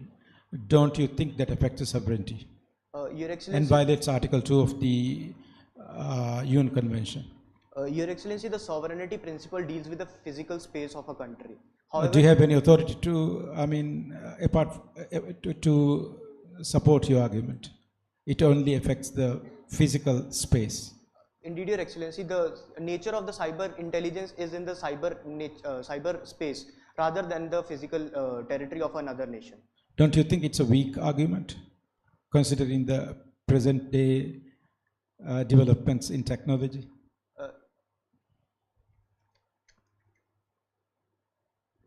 Moreover, Your Excellency, these cyber intrusions by the cyber intelligence by the Kuwait government also does not violate other customary international law. I mean, if it affects the outcome of an election, don't you think that you are interfering with the sovereignty of another nation?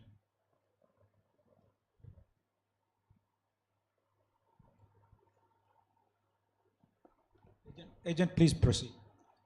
Indeed, Your Excellency. Moreover, these cyber intelligence by the Kuwait government does not violate principle of non-intervention under customary international law. The principle of non-intervention,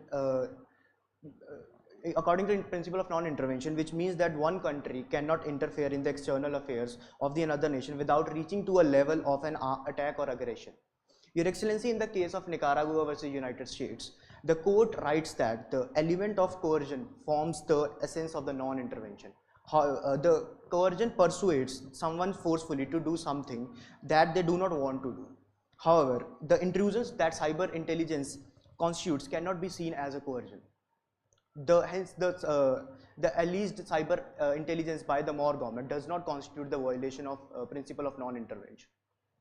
Secondly, we submit that under Article 51 of the United Nations Charter, which gives the right of self-defense to the another nation when there is an act of aggression by the another nation, which should be in accordance with the principles established under United Nations Charter.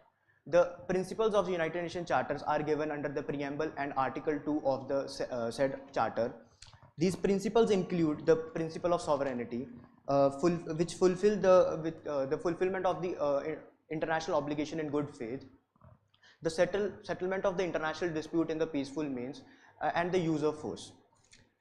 In 1960, the US aircraft on an intelligence mission was shot down. The then US president expressed the importance of intelligence efforts which were focused rather on defense rather than on aggression. If the state's incentive is based on the presumed anticipatory self-defense, the intelligence would be allowed. Your Excellency, in the present case, the cyber intelligence efforts are justified because there was an assassination of a citizen of a Kuwait government by Moor government, as mentioned under Annexure 6 of the Moot compromise, which clearly states that the assassination was done by the Moor government. And according to clarification 14 of the Moot compromise, these annexures are accepted before this honorable court. Moreover, as according to para 5.2 of the Moot compromise, the Moor government has removed the diplomatic protection for the Kuwait government, which creates the threats for the act of aggression from the Moor government. Hence, there is a right of the Kuwait government to act in self-defense in the accordance with the cyber intelligence. Before this honorable court, we submit that there is no the alleged cyber intelligence by Kuwait government. It does not violate any international law. If Your Excellencies have no further question on the issue number 3, the agent would like to proceed with this. You have just used that whatever you are doing in a self-defense, the which act of the other side you say gives you the self-defense. What did the other side did? I beg pardon, sir. You just said that whatever you are doing is in self-defense. It's your right. Indeed, Your Excellency. Again, the which act of the other side you are using the cyber espionage as a violation of the data privacy as a self-defense. What the other side is doing? Which act of the side gives you this argument that you are using your action is in the self-defense? Your Excellency, as mentioned under Article 51 of United Nations Charter, gives the right of the self-defense. Which act of the side gives you the cause of action? What they are doing that which required on your part that you should act in a self-defense? Your Excellency, the assassination of a citizen of a Kuwait government by Moor government is giving the right of self-defense to the Kuwait government. Moreover, they have removed the diplomatic protection which creates a preemptive self-defense for the Kuwait government, which means that the nation can act in a self-defense when there is a threat of the attack by the another nation. Here, when they have removed the diplomatic protection against the Moor government, against the Kuwait government, then it creates the situations which can cause the threats of the act of aggression by the Moor government. These facts gives the right of the self-defense to the Kuwait government. Agent, you have used the word preemptive self-defense. Indeed, is it an established principle of international law? I beg your pardon? Preemptive, you have used the word preemptive self-defense. You are using the data you collect or the intelligence you collect for preemptive self-defense. is it a principle recognized under international law? Preemptive self-defense. Self-defense and preemptive self-defense. How do you distinguish between these two? Your Excellency, the self-defense can be acted when there is an actual act of aggression, which is in the present case the assassinations happened. Moreover, the preemptive self-defense can be happened when there is a threat of the act of aggression in the future, which is in the present. It can happen, I understand, but the question is it a principle recognized under international law, or is it? Yeah.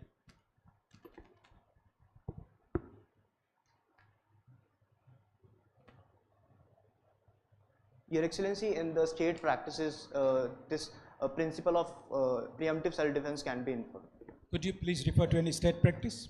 In 1960, the United States expressed that the importance of intelligence based on the shot down of the aircraft which was shot down, which was on the mission of intelligence rather than on an act of aggression. The then US President claimed that this is the US aircraft which was shot down was on the intelligence mission rather than on act of aggression, which gives the preemptive self-defense to the another nation to act in the self-defense. How is the state practice here? Is it just the practice of the United States? Does it amount to customary international law, or state practice that indicate presence of customary international law?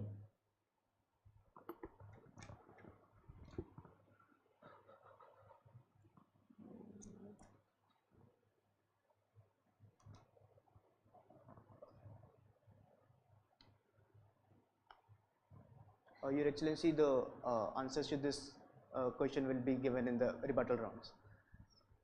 Please proceed. Thank you. Your Excellency, the agent would like to proceed with issue number 4. Your Excellency, now moving to the issue number 4, before this honorable court, we submit that the arrest, detentions and the punishments of the detained Mauryan nationals in the Kuwait government are not in violation of any international human rights law. We have two submissions under this issue. Firstly, these arrests, detentions and punishments are not arbitrary, rather in the national security. Secondly, we submit that there is no violation of any international law regarding this arrest. Moving on to the first submission, Your Excellency, these arrests, detentions and punishments are not arbitrary because they were made in the interest of national security and sovereignty. Article 51, as mentioned earlier, of the United Nations Charter acknowledges the inherent right of the states to individual and collective self-defense. In the case of Republic of Congo versus Uganda, which upheld the right of the states to take measures to protect their territorial integrity and the citizens from armed attack and insurgent activities.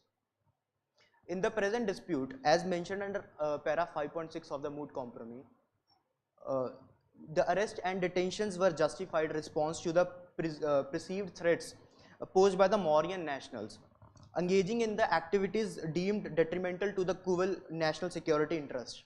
Moreover, as mentioned earlier, the assassination of the Mr. Ling, which is a citizen of Kuwait government, creates the situations of national security in the Kuwait government, which justifies the arrest, detentions and punishments of the Mauryan nationals. Secondly, we submit that these arrests, detentions and punishments justifies under Article 12 of the International Covenant on Civil and Political Rights, which gives the right of liberty of movement. However, these articles are not absolute, but rather restrictions prescribed as national security, public order, public health, morale, and the rights to freedom of others. Moreover, under Article 9, Subclause 1 of the International Covenant on Civil and Political Rights, which gives the protection from arbitrary arrest, also states that this article is not absolute, rather subject to the restrictions as established under procedure established by law. These detentions of these Mauryan nationals comply with the international law, as Kuwait's action were taken in the pursuance of compelling reasons of national security. Kuwait had a legitimate interest in safeguarding the national security of its own nation and threats to the public security.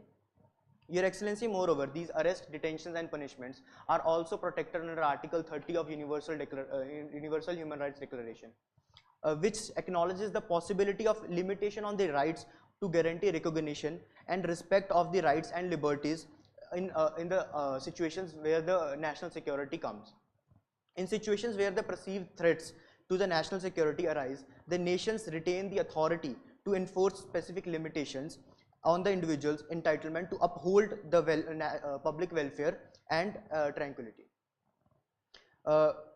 Your Excellency, these arrests are also not violative of the principle of a customary international law, that is principle of non-refoulement. These customary international law of non-refoulement also protected under the 1951 Refugee Convention of European Union, which prohibits the expulsion, return or the extradition of the individuals to the countries where they have a fear of the extradition by their own government. In the present dispute, the separatists from the More government took refuge in the Kuval government because of they consider the Kuval government will protect their rights. In the case of Sale versus Hayatian, which upheld that there must be adherence to the principle of non-refoulement, regardless of whether the countries are the parties or the signatories to 1951 convention or not. The detentions of the individuals suspected of involvement in activities detrimental to national security does not violative of principle of non-refoulement, as the Kuval government did not send these separatists to the More government and respected their rights in their country. Your Excellency, moreover, More government alleged the Kuval government to violative of arbitrary arrests, detentions and punishments. On the first place, More government, as mentioned under para. Just reply one thing. You have argued, also pleaded, that arrest and detention were made as a preventive measure. And you also mentioned the detention including the punishment by your government as a preventive measure. Can the punishment can be given if the person is arrested in preventive measure? Your Excellency, the punishment mentioning under this argument is referring to the arrest and detentions. Detention as a prevention, as a preventive measure. Oh, that is all right. That can be for the national interest. But the person is arrested or they're taken to detention under preventive measure. Then you can punish them. Your Excellency, these actions of arrest, detention and punishment without putting into trial and holding him guilty, can you punish merely because you have arrested him preventive measure?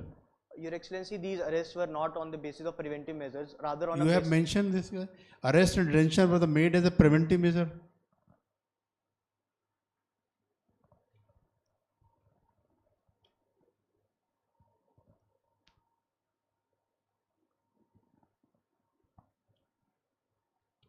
Your Excellency, if you may refer to para 5.9 of the Moot compromise, the last line, it refers that the Kuval government insists that the detentions are lawfully carried out under national security laws and that the individuals are being treated fairly according to the international standards.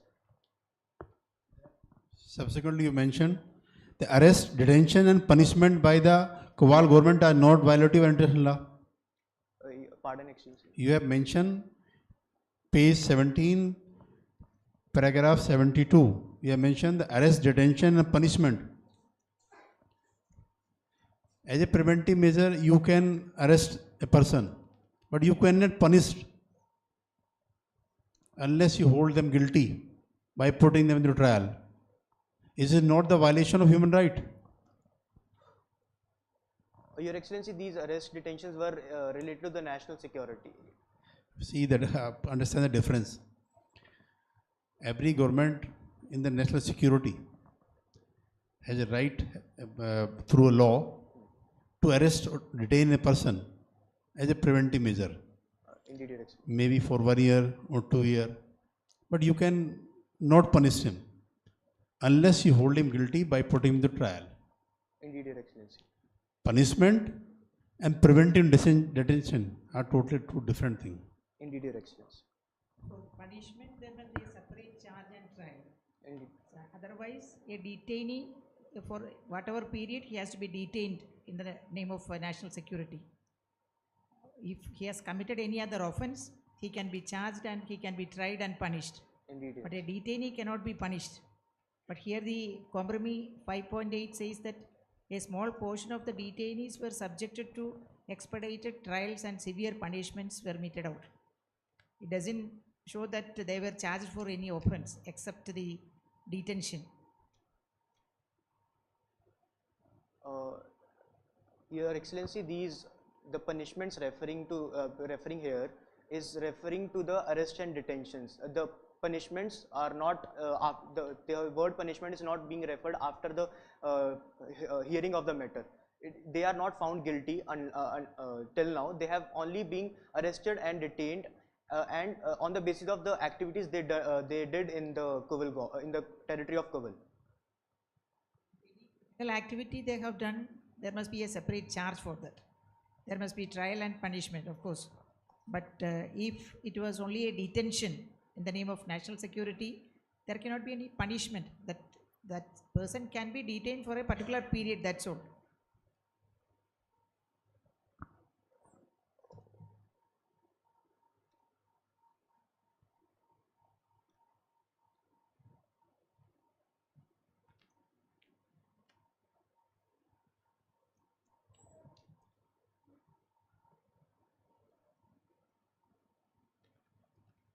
Your Excellency, these arrests had been made as mentioned in para 5.6 of the Moot compromise. In the meantime, media reports in the Kuval frequently stated that its intelligence agencies are on a lookout of the suspicious activities where more may be involved in destabilizing Kuval.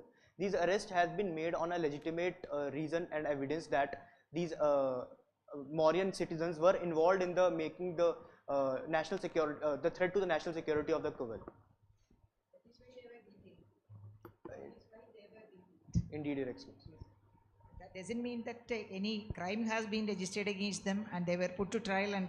Your Excellency, the contention here did not, the agent did not make the contention of they were guilty of making threats to the national security. They were detained because they were suspected of, the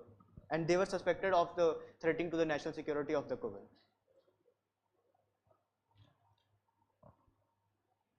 Suspicion and commission are entirely different things. Indeed, Your Excellency. Only if a crime is committed, then a person can be tried and punished. On suspicion or for preventing him from committing any such offences, he can be detained. Yes. Agent, it seems that the detention took place on the basis of intelligence gathered. Is it sufficient evidence to restrict the freedom of movement of a person? Doesn't that violate international law? Your Excellency, these media reports are the sufficient evidence for the Kuval government to detain the Mauryan nationals who were creating national security. And national security comes in the territory of a country, comes at the supreme priority of a country. So you, without evidence, on the basis of information on newspapers and media and intelligence gathered by the security forces, is that sufficient to detain a person or to restrict the freedom of movement of a person?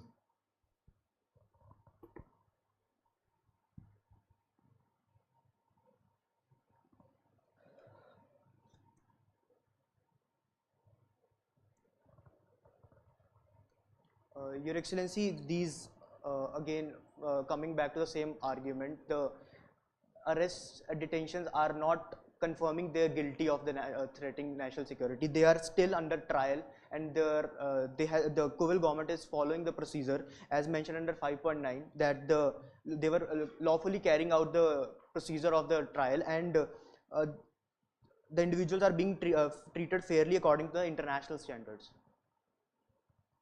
If Your Excellency has no further question on the issue number 4, the agent would like to move on the prayer.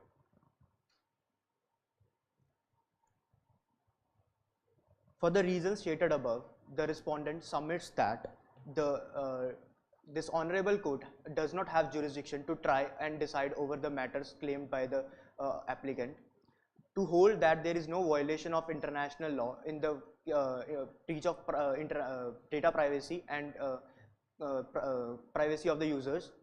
Secondly, hold that the alleged cyber intelligence by Kuwait government is not in violation of any international law. Hold that the arrest, detentions and the punishments by the Kuwait government are not violative of any international human rights law.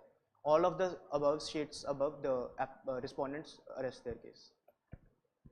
There is a question here I have. In your prayer, the first prayer is to declare that ICJ doesn't have the jurisdiction to try and decide the claim of the aggrieved nations. Indeed, Excellency. Now, if we decide that we do not have the jurisdiction, Indeed, are we still supposed to address 2, 3 and 4, or it is an alternative prayer only? Your Excellency, these 2, 3 and 4 are alternative prayers.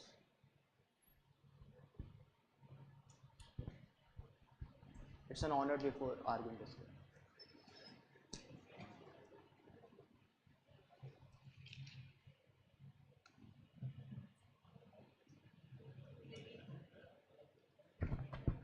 The agent seeks permission to approach the dais, Your Excellencies.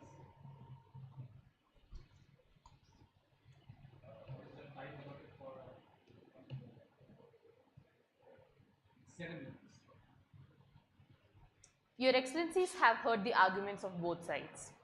The agent would now be showing why the claims of the respondents do not hold and why they should be held liable. First of all, the jurisdiction. The ICJ is not the last resort, Your Excellencies, and also by filing the counterclaims, the state of Kuwait has submitted to jurisdiction, Your Excellencies. And the case cited, the Anglo-Iranian case, talks about the preliminary objections, Your Excellencies, which has been completely ignored by the respondents. It is not regarding the counterclaims of the same, Your Excellencies. And the respondents had also talked about the forum not being decided in prior with regards to the Budapest Convention, Your Excellencies. However, this is not a bilateral treaty for us to decide that we would be going on this forum when a violation happens, Your Excellencies. Moving on to issue 2 and 3, the respondents have time and again defended all of RHPL's practices, Your Excellencies. If they are a state and RHPL is not related to them, we see no need for the state of Kuwait to come and defend RHPL's practices to the extent that they have gone to. Explicit consent has also been talked about, Your Excellencies, and the agent would like to rely on paragraph number 3.4 of the Compromise and annexion number 2, both of which state that explicit consent has not been given by the parties, Your Excellencies, by the users of RHPL services, that is, Your Excellencies. And paragraph 1.10 has also been relied upon to show that the state of Kuwait is a bastion of human rights. However, the respondents are clearly ignoring the second part of the same paragraph, Your Excellencies, where it is argued that it has been used as tools to suppress dissent, Your Excellencies. The respondents have also relied on examples such as Instagram and Facebook to relate it to the facts, Your Excellencies, and the same circumstances in those cases is happening in the case of Twitter and Facetalk, Your Excellencies. Even in Facebook and Instagram, Your Excellencies, it has all come under one platform called Meta, Your Excellencies, the same way that RHPL controls all their entities, Your Excellencies. Here, when the user gives consent to one of the platforms, it is already, the information without their consent is already being disseminated to the other platforms under the veil of Meta, or in this case, RHPL, Your Excellencies.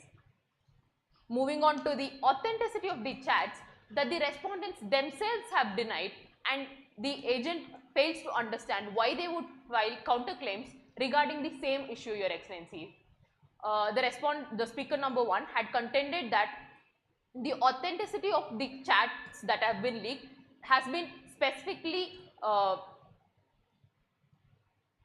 refused by the government of Moor, Your Excellencies, and they have accepted the same, Your Excellencies, and then we do not see the point of them coming and filing counterclaims regarding the assassination of Shinling, which is what the annexures point to, Your Excellencies. And therefore, any such arguments related to the assassination should not be considered, Your Excellencies. Moving on to the self-defense arguments that have been claimed by the respondents, Your Excellencies, the self-defense claims do not stand, Your Excellencies, because under the UN Charter, under Article 2, subclause 7, the domestic, it states that international forums cannot interfere with domestic affairs, Your Excellencies, but it specifically excludes Chapter 7 of the UN Charter, and Article 51, which is self-defense, comes under Chapter 7 of the Charter, Your Excellencies. Therefore, the claims of self-defense should not be accepted, Your Excellencies.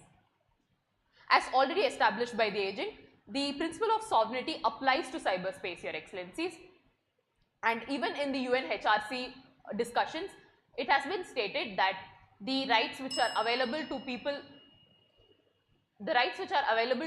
offline should be available to them online also, Your Excellencies. And moving on to the claims about diplomatic protections, Your Excellencies, the diplomats had been given 20 days to vacate the state of Moor, Your Excellencies, and this was due to the arising tensions between both states, Your Excellencies. And also the claims about suspending the Twitter accounts or posts because of these tensions is completely invalid, Your Excellencies, because the timelines do not match, Your Excellencies. The posts were taken down, the accounts which were dissenting against the state of Kuwait has already been suspended before these assassinations or diplomatic protections were removed, Your Excellencies. And moving on to the final issue, as the agent had already established, it was not about the arrest or the detentions that the state of Moor has an issue with. It is about the treatment of the prisoners and their rights that have been violated with respect to the legal recourse that has not been provided. The agent would again move on to paragraph 5.9, where the respondents have claimed that the lawful practices have been adopted and international obligations have not been claimed. The exact same paragraph states that it was all insisted by the government of Kuwait, Your Excellency, so it holds no value, Your Excellency. It was an honor arguing before this court, Your Excellencies.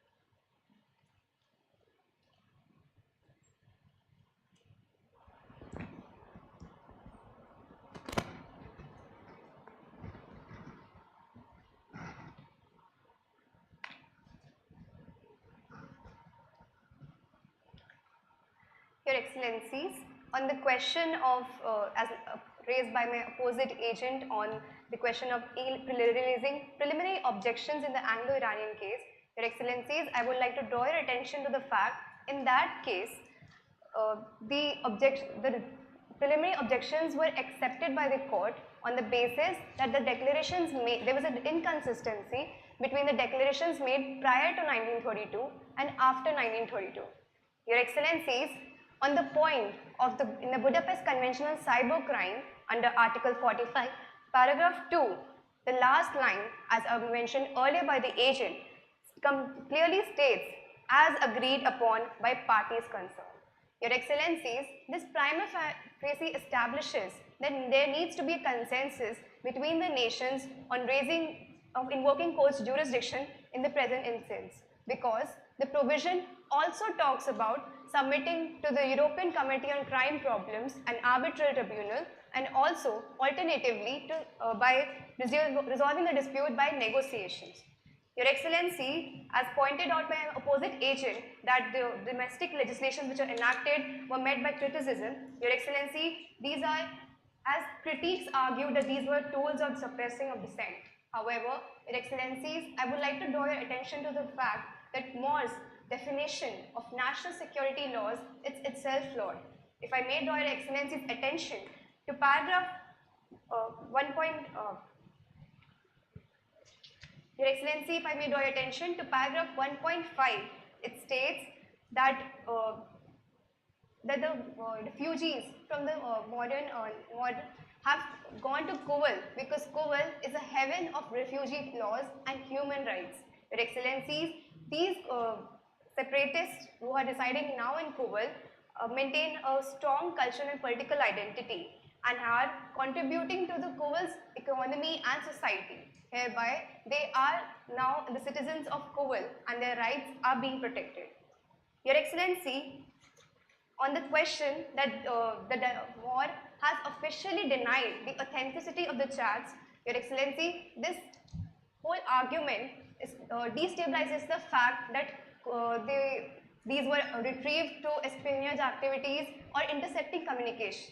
Your Excellencies, if the Mauryan government in the first place has denied the authenticity, this question does not hold value anymore.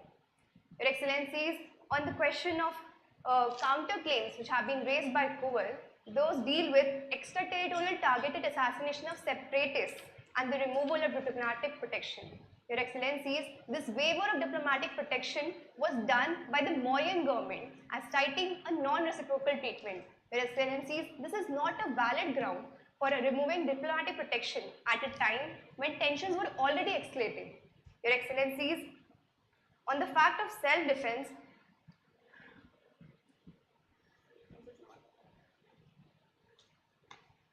Your Excellencies, on the question of arrest, detention and punishment, the respondent maintains that Cowell did in fact adopt all the legal measures and provided trials according to the international standards and upheld the rights of the detainees. Your Excellency, it was an honor pleading before the court. The counsel rests its rebuttals.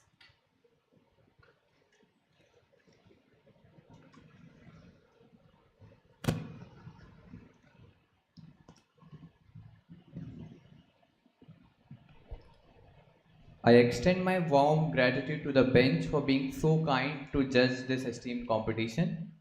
Now, if the bench permits, I would like to call the members of the organizing committee to collect the score sheet.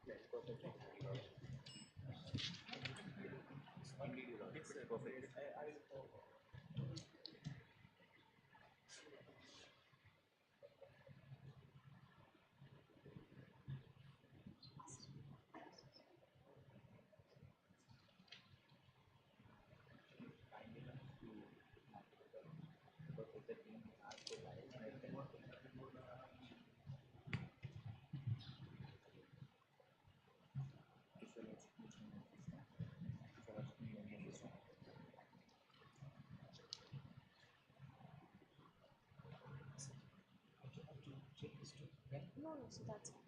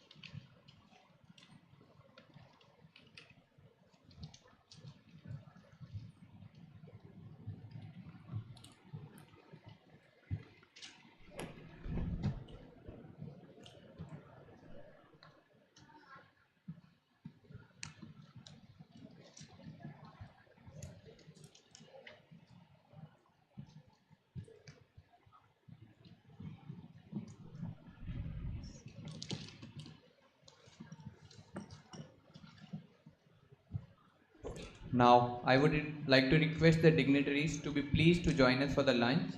And after lunch, the valedictory for the esteemed 12th Justice P.N.Bhagwati International Moot Court Competition will commence.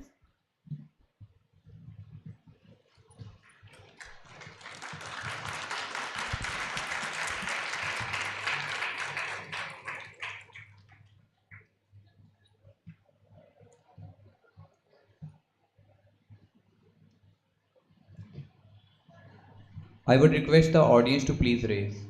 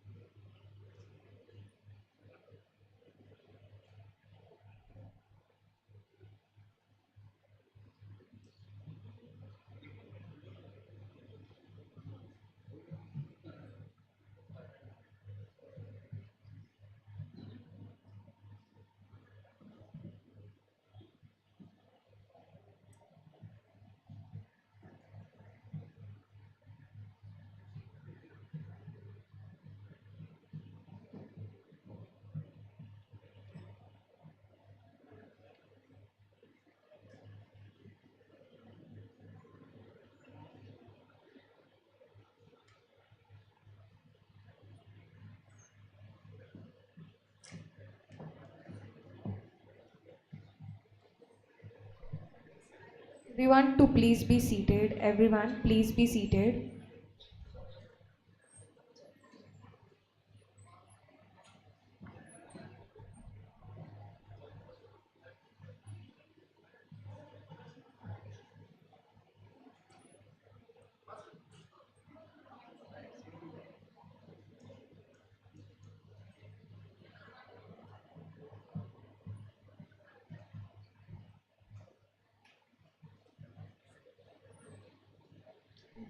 Hello, an important announcement to make.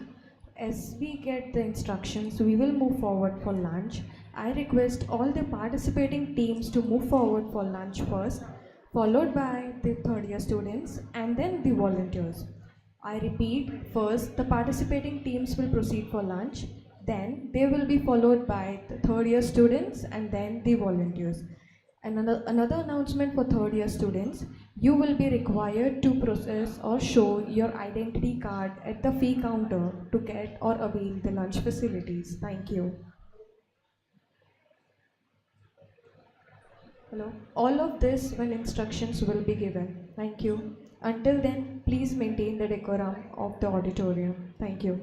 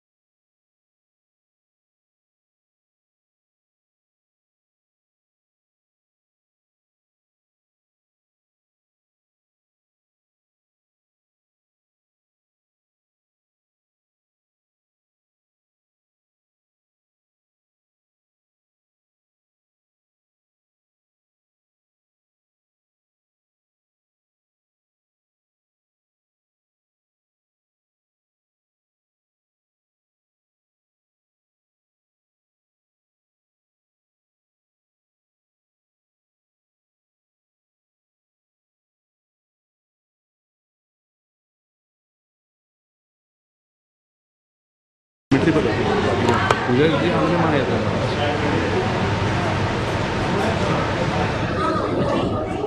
बरोबर आहे.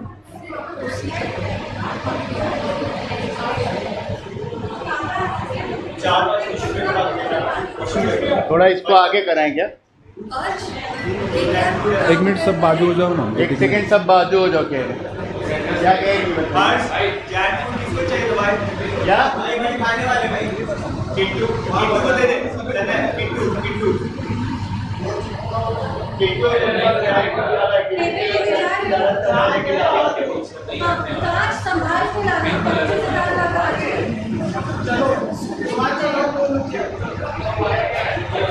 ये perfect लग रहा है मुझे. वो बीच में क्या लगा है पट्टी? टेप है वहाँ पे सेंटर टेबल आएगी. अभी 3 टेबल आएगी. हाँ हाँ 5 टेबल आएगी. वो टेप का पूछ रहे थे तो उस पर तो कवर हो ही जाएगी टेबल. नहीं ये परफेक्ट है. ये सही है कह रहे हैं ये हाँ ये परफेक्ट लग रहा है.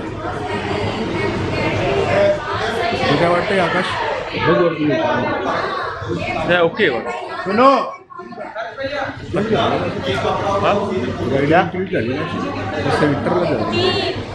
कौन से टेबल? अभी नहीं जाएगा वो उत्कर्षा के डांस के बाद आएगा.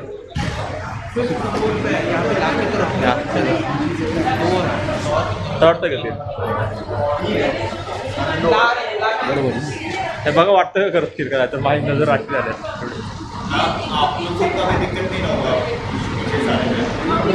नाही दिसत काय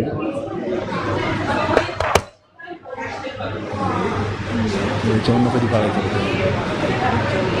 एवढं छोटं आहे एवढं दिसतंय मी पण मला पॉईंट बघितलं का थिएटर वाटतं बघितलं का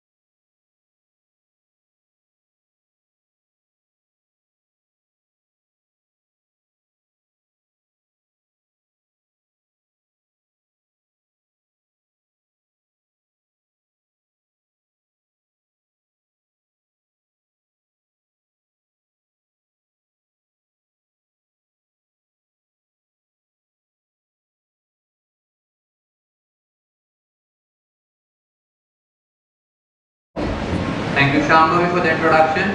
Today, we gather to celebrate the culmination of months of rigorous preparation, passionate and ideas. This competition has been more than just a test of legal knowledge and skill. It has been a journey of growth, learning and enthusiasm. From the countless hours spent poring over case law to the adrenaline-fueled moments in the courtroom, each participant has demonstrated not only their proficiency in the law, but also their resilience, creativity, and dedication. We are privileged to have had the opportunity to witness the talents of some of the brightest legal minds around the world that has come together in the pursuit of excellence. Regardless of the outcomes, each participant and individual has contributed to the rich tapestry of legal discourse and advocacy that defines our profession. As we come together to celebrate the achievements of our participants, let us also reaffirm our commitment to the ideals of justice, fairness, and the rule of law. In a world where these principles are increasingly under threat, it is incumbent upon us as future leaders of the legal profession to uphold and defend them with unwavering resolve. In India, it is believed that no auspicious endeavor can begin without seeking the blessings of the divine. As a gesture of gratitude for the successful execution of this 3-day event, we would like to express our thanks through the universal language of dance. I am delighted to invite a very talented friend of mine who embodies the fusion of art and law. Please join me in welcoming a Kathak graduate and a Bachelor of Law from New Law College, Bharati Vidyapeeth, deemed to be University, Pune. With her experience and grace, she will lead us in a captivating performance that pays homage to the divine blessings that have guided us throughout the journey. Let us extend a big round of applause for Miss Utkarsha Kupte as she takes the stage.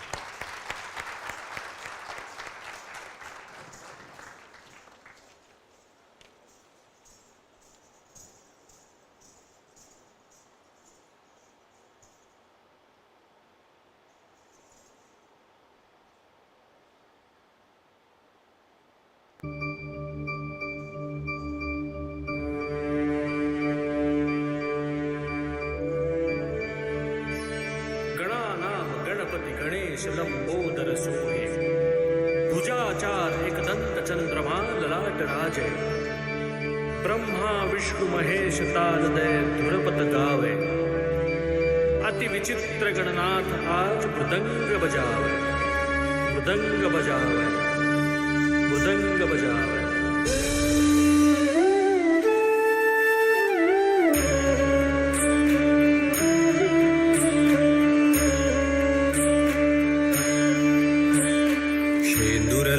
चढ़ायो अच्छा गजमुख को दो दिल लाल विराजे सुत गौरी हर को हाथ लिए गुड़ लड्डू साई सुरवर को महिमा कहे न जाए लागत हूँ पद को लागत हूँ पद को लागत हूँ पद को।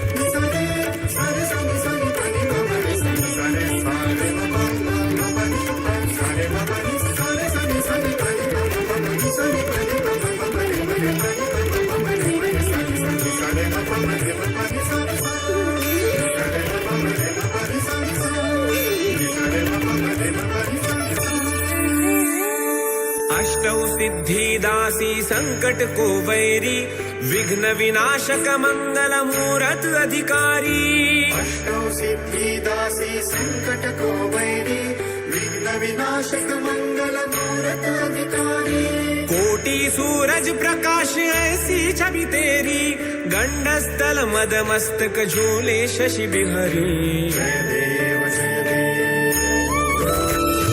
जय जय जी गणराज विद्या सुखदाता धन्य तुम्हारो दर्शन मेरा मन रूपा जय देव जय देव जय देव जय देव जय देव जय देव। भाव भगत से कोई शरणागत आवे, संतति संपत्ति सब ही भरपूर पावे। भाव भगत से कोई शरणागत आवे, संतति संपत्ति सब ही भरपूर पावे। ऐसे तुम महाराज मोको अति भावे, गोसावी नंदन निश दिन गुण गावे।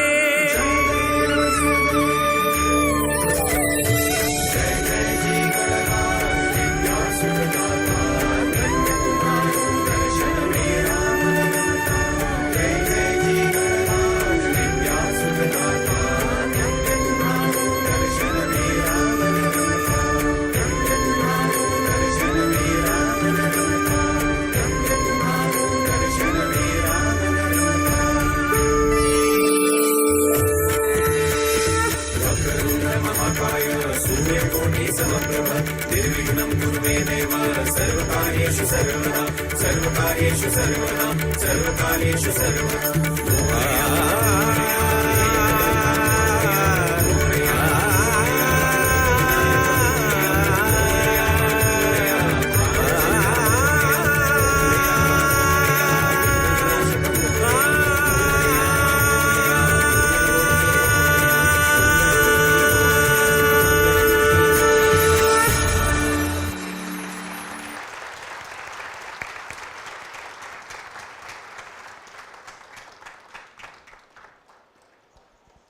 Thank you so much, Utkarsha. That was a beautiful performance. Now, with the blessings of the Almighty, before we proceed with the awards and recognitions, let us take a moment to express our heartfelt gratitude to the patrons and guests who have graced this occasion with their presence. The entire organizing committee has put all their heart and hard work just to prepare a one documentary. The documentary is totally based on the Moot compromise that we have all faced in the 3-day event. The organizing committee would feel privileged and pride to show the documentary to the dignitaries present with us today. So I request Arundhati to kindly play the documentary.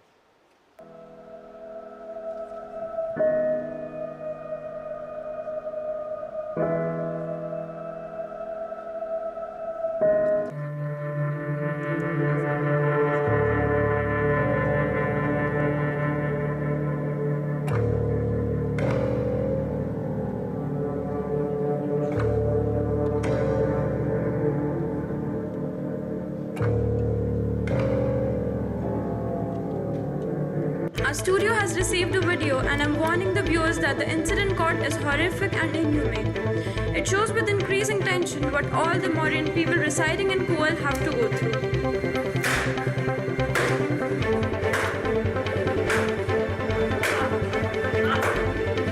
Please let go. Let go. Let go. Please.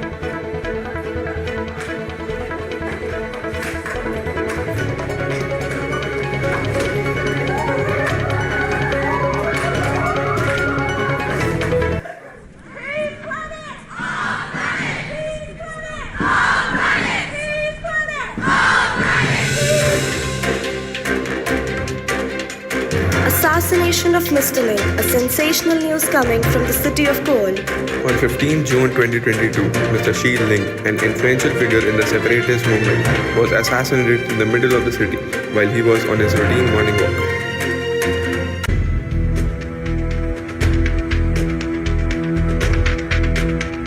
An update coming from Moot. Moot has banned all the RHPL media platforms, including the Reliable News Company, against the contention of bias and impacting users' perception of current and societal issues. RHPL media platforms, which has its consumer base across the globe, has been accused of collecting user data and using it in a malified way to influence the mind of the people. It has been contested by the people and their right to information has been violated due to this ban. The National Court of Justice is set to deliver a historic judgment on the Moore and Paul case on March 23, 2024, following Moore and its allies' failed attempt to address the United Nations. Amidst widespread atrocities, there is a hopeful anticipation for the decision from the global community focused on the Peace Palace at The Hague.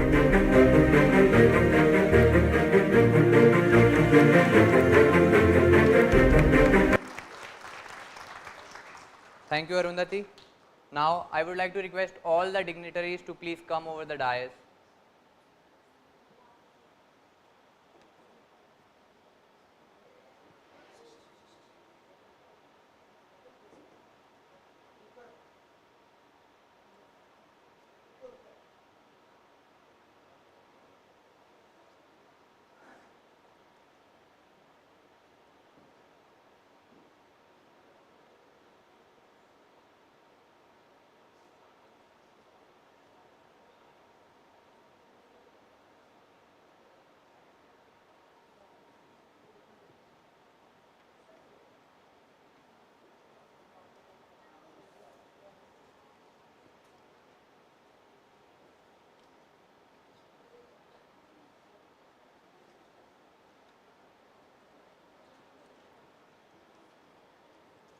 Today, it is our esteemed privilege to welcome Honorable Mr. Justice Abhay S. Oak from the Honorable Supreme Court of India as the chief guest for the closing ceremony of the esteemed 12th Justice P.N.Bhagwati International Moot Court Competition on Human Rights 2024.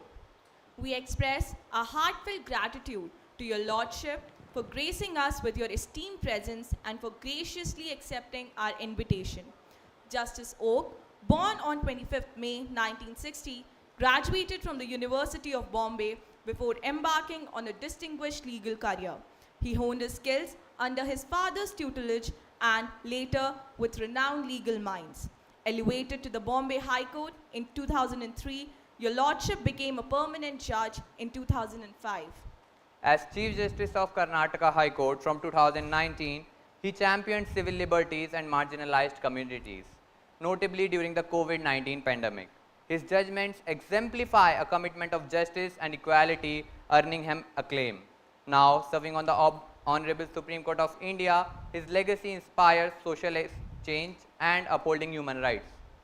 I now kindly request Honorable G. Jayakumar Sir, Registrar, Bharati Vidyapeeth deemed to be University, Pune, to present a token of felicitation to your Lordship.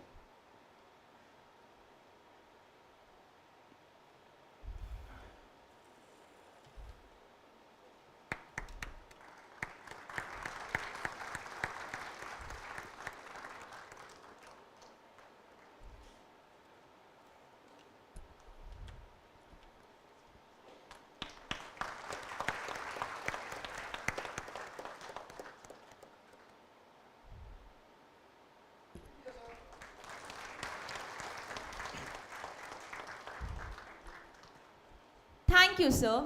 Thank you, your Lordship. We also have Honorable Mr. Justice S. Thurai Raja from the Honorable Supreme Court of Sri Lanka. Your Lordship was admitted at the bar in 1988 and began his legal career as a State Counsel in 1989, steadily advancing to the position of an Additional Solicitor General in 2016. He was honored with the title of President's Counsel. Subsequently, your Lordship made history with becoming the first Indian origin Tamil to be appointed as a judge of the Court of Appeal in the same year. His distinguished career reached new heights when he was sworn in as a Justice of the Supreme Court on 9 January 2019. We are thankful to your Lordship for being with us from the very first day of the event. Your Lordship was the chief guest for the inaugural ceremony of the competition. Your Lordship was also guided the participants together with the students of New Law College with his kind words as a guest speaker. Now, I would request Honorable G. Jayakumar Sir, Registrar, to felicitate your Lordship.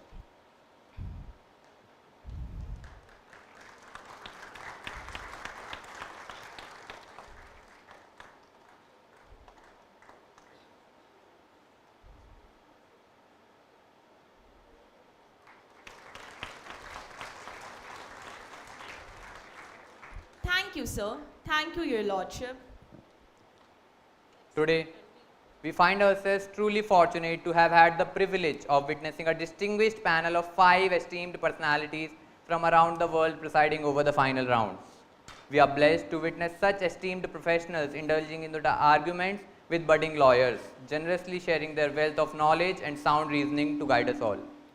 We will always be indebted to these dignitaries who imparted invaluable lessons in kindness, support, and patience. Their exemplary conduct in attentively and patiently listening to all the arguments deserves commendation. Firstly, we have Honorable Mr. Justice H.A. Sood from Honorable Supreme Court of the Republic of Maldives. Justice H.A. Sood, born in Meadow, has been a Supreme Court judge in the Maldives since December 8, 2019.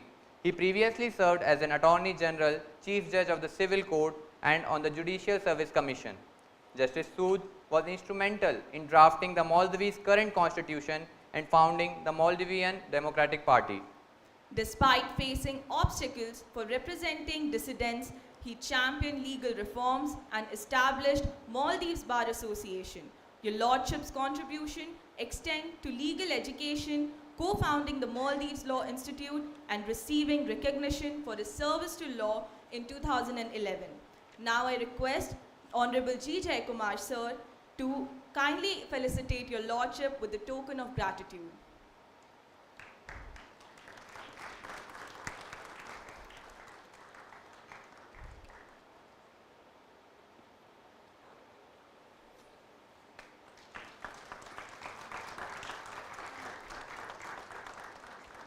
Secondly, we have Honorable Mr. Justice Anil Kumar Sinha, who has recently been retired from the Honorable Supreme Court of Nepal. Justice Sinha is a distinguished legal professional with expertise ranging from commercial law to taxation. Recognized as a senior advocate by the Supreme Court of Nepal in 2013, he began his career under the tutelage of esteemed tax practitioner Sushil Kumar Sinha. His vast experience spans Nepalese taxation, commercial arbitration, foreign investment and judicial reform. Notable clients include international infrastructure developers, multinational corporations and government agencies. He is actively involved in training programs for judges and lawyers, authored legal manuals and co-authored publications on philanthropy and law. He is also a qualified chartered arbitrator and enhancing his reputation as a legal luminary. I now request Dr. Ujjwala Bindale ma'am, Dean and Principal in Charge, to felicitate your Lordship with the token of appreciation.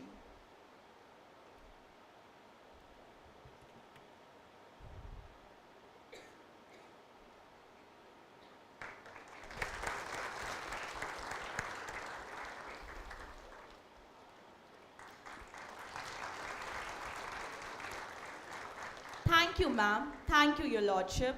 Next, we have Honorable Mr. Justice Aniruddha P. Mai, Judge High Court of Gujarat. Justice Mai was appointed to the Gujarat High Court in October 2021. Your Lordship boasts a distinguished legal career, graduating with the honors from Gujarat University. He excelled academically and professionally, starting as an advocate at the Gujarat High Court. He expanded his practice to the Supreme Court, earning recognition as an advocate on record. Holding pivotal roles like Chief Government Advocate for Maharashtra and Standing Counsel for various states, your Lordship's expertise spans diverse legal realms. Notably, he represented significant bodies and corporations in India's highest court.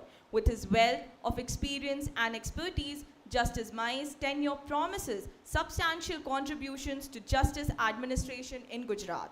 Now, I request Honorable G. Jayakumar Sir, Registrar, Bharati Vidyapeeth deemed to be University Pune, to kindly felicitate your Lordship.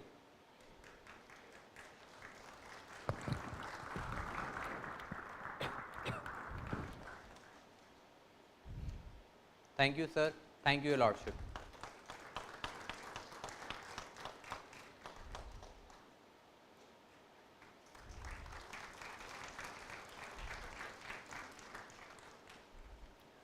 Next, we have Honorable Justice Ms. Sophie Thomas from High Court of Kerala.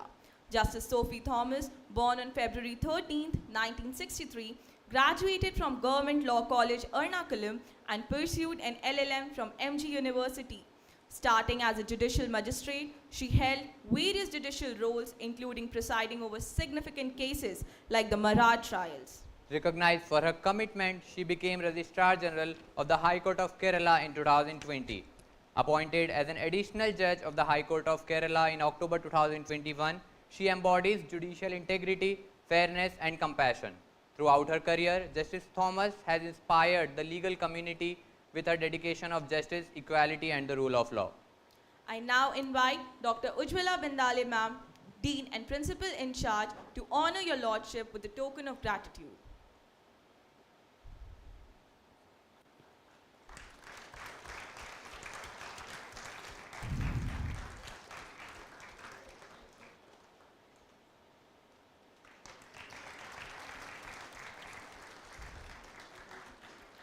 Thank you, Your Lordship. Thank you, ma'am. Now, we have Honorable Mr. Justice Arun Kumar Singh Deshwal from High Court of Allahabad. Justice Arun Kumar Singh Deshwal, hailing from humble beginnings, pursued law after graduating from Vardhaman College, Bijnor and Campus Law Center, Delhi University. Mentored by senior advocate Mr. Naveen Sinha, he excelled at the Allahabad High Court. Actively engaged in social initiatives, he served as General Secretary of the Advocates Association and had leadership roles in Lions Club. Justice Deshwal's contributions extend to editing Expression magazine and providing pro bono legal aid, sworn in as an assent to High Court judge, epitomizing dedication to law and public service. I now request Dr. Ujjwala Bindale ma'am, Dean and in charge Principal, to kindly felicitate your lordship with a token of gratitude.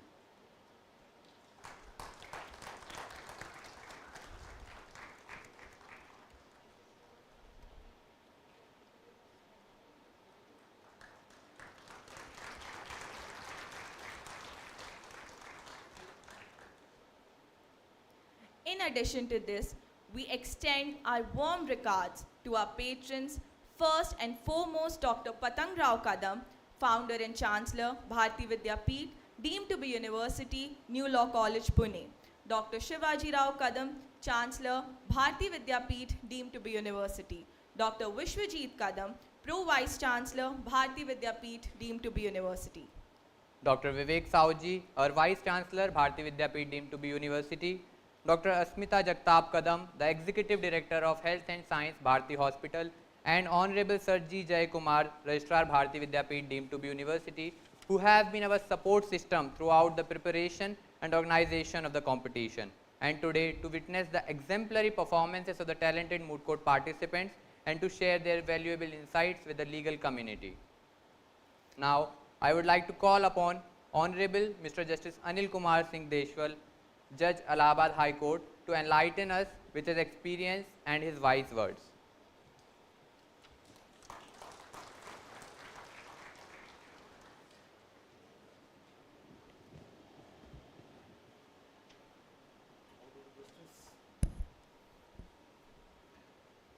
Mr.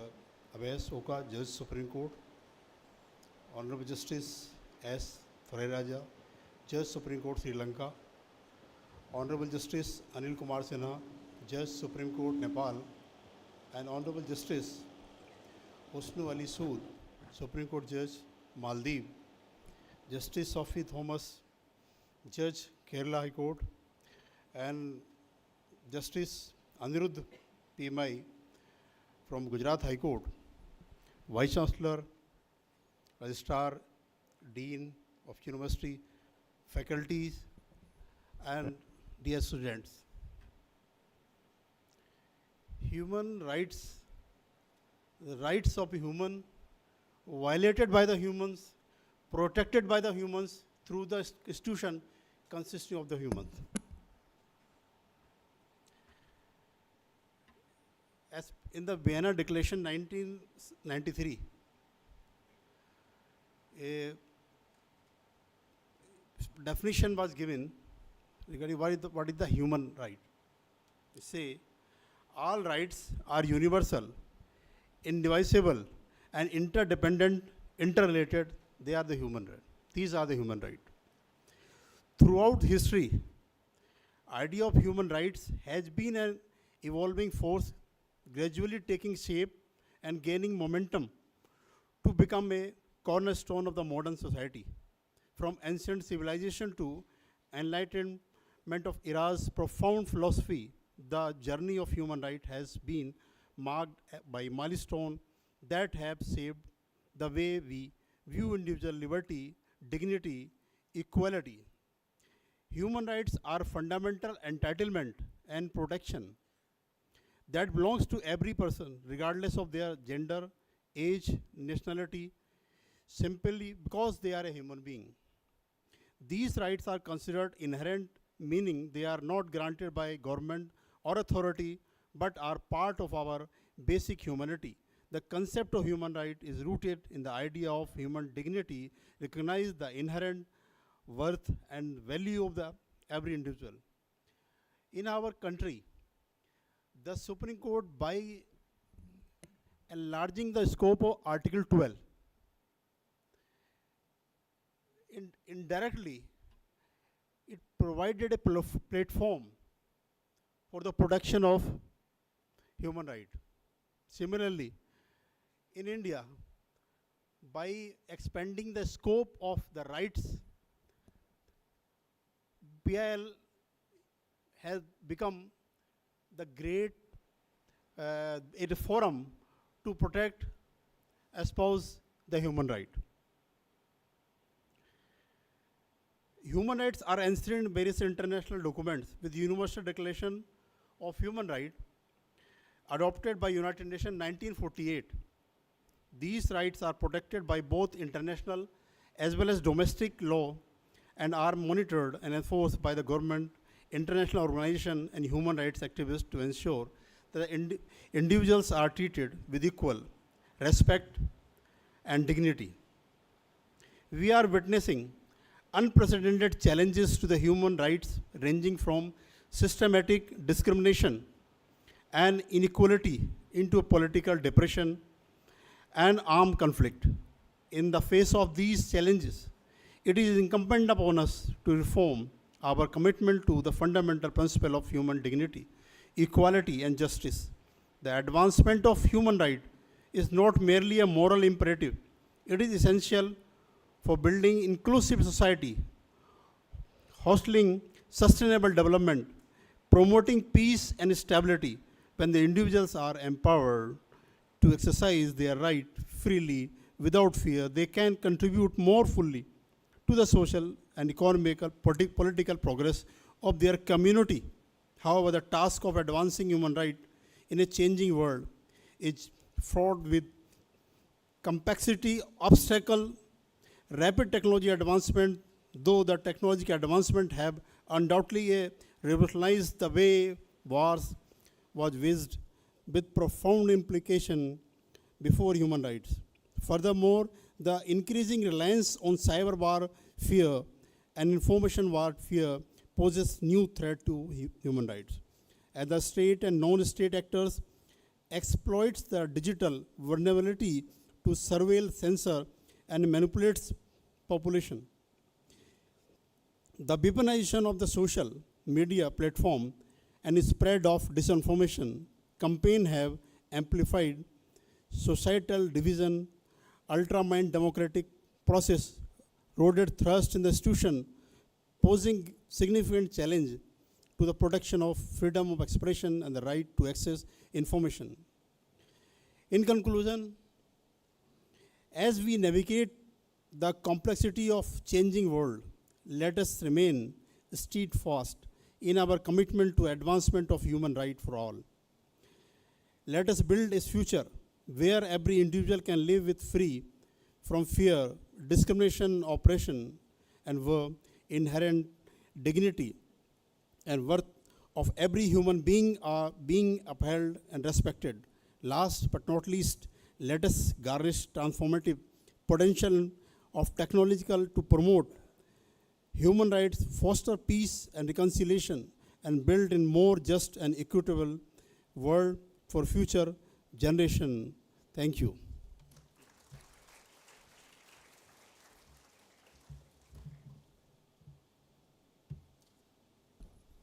Thank you, Your Lordship, for your blessings and guidance. Now, I would like to request Honorable Justice Ms. Sophie Thomas to grace the podium by her illuminating words.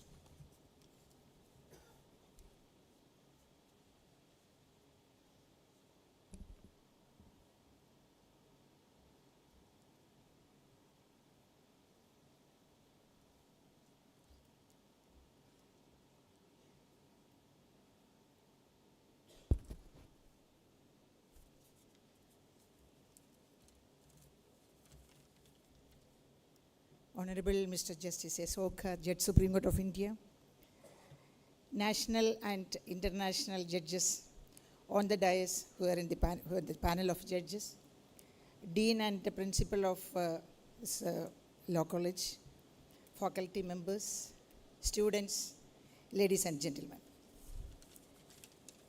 I'm happy to be a part of this 12th Justice P.N.Bhagwati International Moot Court Competition, a competition held in the name of a great visionary who stood for the protection of human rights of the downtrodden. On seeing the brilliant performance and analytical skills exhibited by the participants, I am sure that the future of Indian judiciary is safe in your hands. Legal profession is a noble profession, and lawyers and judges are supposed to be the vanguard of society and watchdog of justice. We are the ones to safeguard the life and liberty of individuals and to protect their human rights. You are the hope and future of the justice delivery system in India. As a lawyer or as a judge, you have to be familiar with the ground realities of human life. Understanding human beings and human issues makes you better lawyers and better judges, as stated by our beloved Chief Justice of India in a recent speech. A lawyer should be a man of heart more than a man of head. Understand human lives and struggles and try to improve them through the process of law. Legal power is not enough for a judge or a lawyer. The stronger tool is their desire to understand human life. As upcoming lawyers, a small advice to you, that never follow precedents blindly without understanding the facts of the case. Remember the words of Gandhiji, facts mean truth, and once we adhere to truth, law will come to our aid naturally. Precedents are to be used as torchlight. Whenever we are in darkness without knowing the direction to move further, precedents light up our way. But many of us are using precedents as crutches. Precedents shall not be used as crutches, because once the crutches are removed, our judgment will collapse. Ends of justice is more important than ends of law.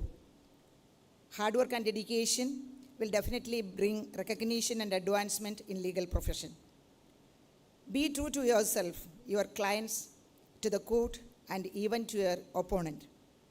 I am exhorting you, the young lawyers, to fight against social evils such as drug abuse, dowry, atrocities against women and children, etc., and work towards upliftment of the marginalized and the downtrodden. Work hard, dream big, and never give up. This is the word framed in the office of your dean I read today. This is a great message I have to give to you. Work hard, dream big, and never give up. Make your way to the top, not by backstabbing, but by establishing early in your career an unshakable reputation as a true and straightforward person. I wish you all success in your personal and professional life. Thank you. Jai Hind.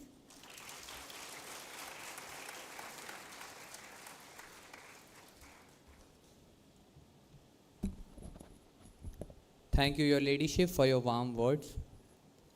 Now, I take this pride to convey my invitation to Honorable Mr. Justice Anil Kumar Sinha, who has recently been retired from Honorable Supreme Court of Nepal, to guide us with his words of wisdom.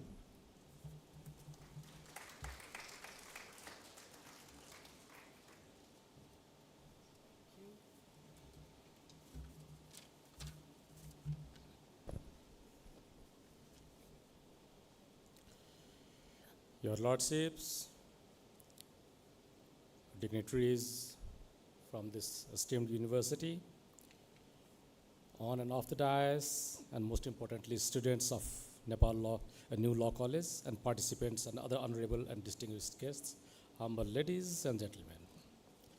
To be part of this august gathering for the occasion, the Justice P.N.Bhagwati International Moot Court Competition on Human Rights in this historically beautiful city and this prestigious college in Pune gives me immense pleasure. Presence of the luminaries sharing their experiences, the leaders and the academics of the present, and the hope of the futures, that are you all students. Give me this opportunity to learn more than what I learned in the past during my 34 years of law practice and over 7 years of judgeship. I'm thankful to the entire NLC Pune family for inviting me here. Proper legal framework and good governance of all aspects of our jurisdiction is the key to development of the society. Pattern of challenge changes day by day, and students must be prepared for any challenge that are waiting to happen in each part of the world. To all you participants of the competition and all other students present here, I wish you a successful career ahead, a career full of knowledge, skill, and expertise, used efficiently and guided by self-maintained code of conduct with which we live with a dignity in our society. Each of the students I see here has a dream to touch the sky, and in the respective area of interest, choice, and wheresoever the opportunity arises. Few among you may already have started dreaming of corporate world and making money. Few of you are into the line of economic development. Many may be passionate about the peace in the society through proper respect and recognition of the human rights. Some may be interested to fight for good governance, and some of you must be thinking about what is happening in this space, on top of the Everest, or at the deepest in the ocean, the Mariana Trench. In all these dreams, one goal and one expectation is common. Each of you have a hunger for justice in all sectors and want to fight against the injustices everywhere. For reason of number counting, one team will carry back the trophy from here. But truly speaking, all the participants and those who helped the team to prepare are the winners within yourselves. With your hard work beyond the boundary, winning the competition gives you an award, but participation itself rewards you with the enhanced confidence, better knowledge, uplifted skill, and unforgettable experience that you will not normally find in regular course books or in the lectures of your teachers. Now that the future is in your hand, go and forge your path. Just seize what you have dreamed of. You need to make your own ways, not always to follow others' trails. Your mentors and professors only trigger your greed for knowledge and justice. You have to achieve it by yourself in your own ways. Theme of this competition is the advancing human rights in the changing world. Those changes attributable to people's thought, physical development, changing environment and climate, struggle for power, government and governance, within and beyond the political boundary, and so on. As our societies evolve, technology advances, people's thought and preferences change. Protection of human rights becomes challenged from powerful actors in the global arena, mostly because of power grab adventurism, not only in emerging but also in the established democracies. When Universal Declaration of Human Rights officially got its formal name and recognition, it created a broad parameter for a life worthy of a human being with dignity and equality. Respected scholar Amartya Sen, in his work Development as Freedom, has stated that human rights are about enabling people to live with dignity and freedom, not just abstract concepts. Mostly, we base our understanding on human rights on the principles outlined by scholars or upheld by the courts worldwide. Expanding human rights protection is to wider population to the society, ensuring greater inclusivity and social justice. In my own country, Nepal, our new constitution promulgated on 20th September 2015 after 8 years of debates for peace in 2 constituent assemblies formed after a decade of armed conflict in which over 17,000 lives were lost. I'm one of the survivors. It provided 31 fundamental rights in the constitution to the citizens. A huge list goes on and on. But the process of transitional justice is yet to gain momentum. So what I mean here is that the state actors must have a commitment to abide by the human rights and its concepts. A part of common right to equality and others thought-provoking rights enshrined in our constitution are right of victim of crime, right against untouchability and discrimination, right to clean environment, right to health, right to shelter, right to women, children, senior citizens, right of social justice and social security, etc. While drafting the Constitution, a lot was learned from Justice Bhagwati through his vision with reference to his pioneering role in expanding scope of human rights and expansive interpretation on PIL, pro-activism, global impacts of human rights, dignity and equality, right to legal aid, anti-torture stakes, environment protection, and this list will also go on and on.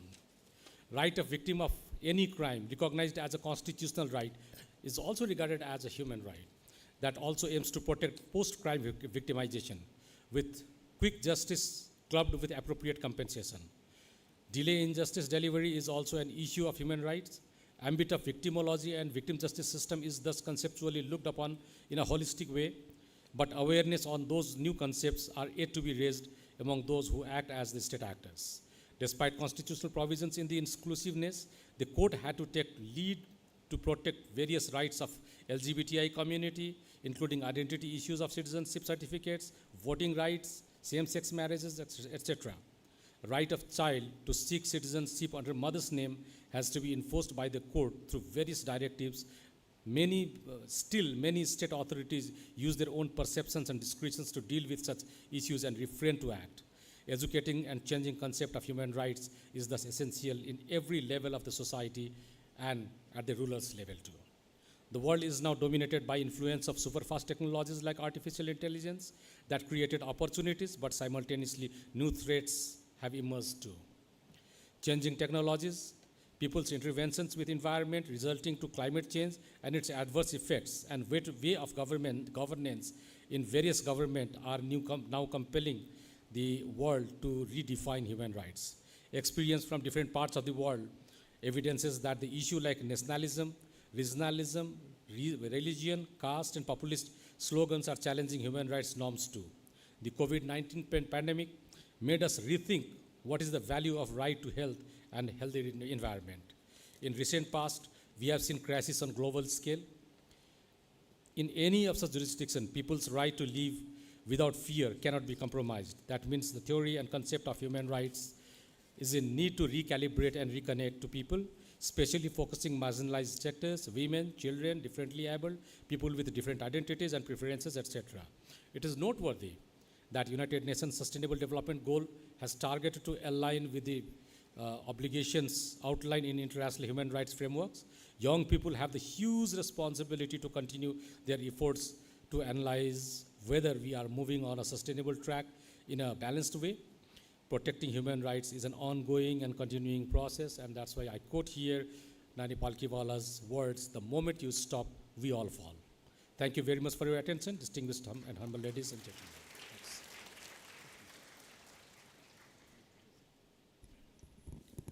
Thank you, Your Lordship, for your kind words. Now, I would like to request Honorable Mr. Justice H.A. Sood to enlighten us with his experience and his wise words.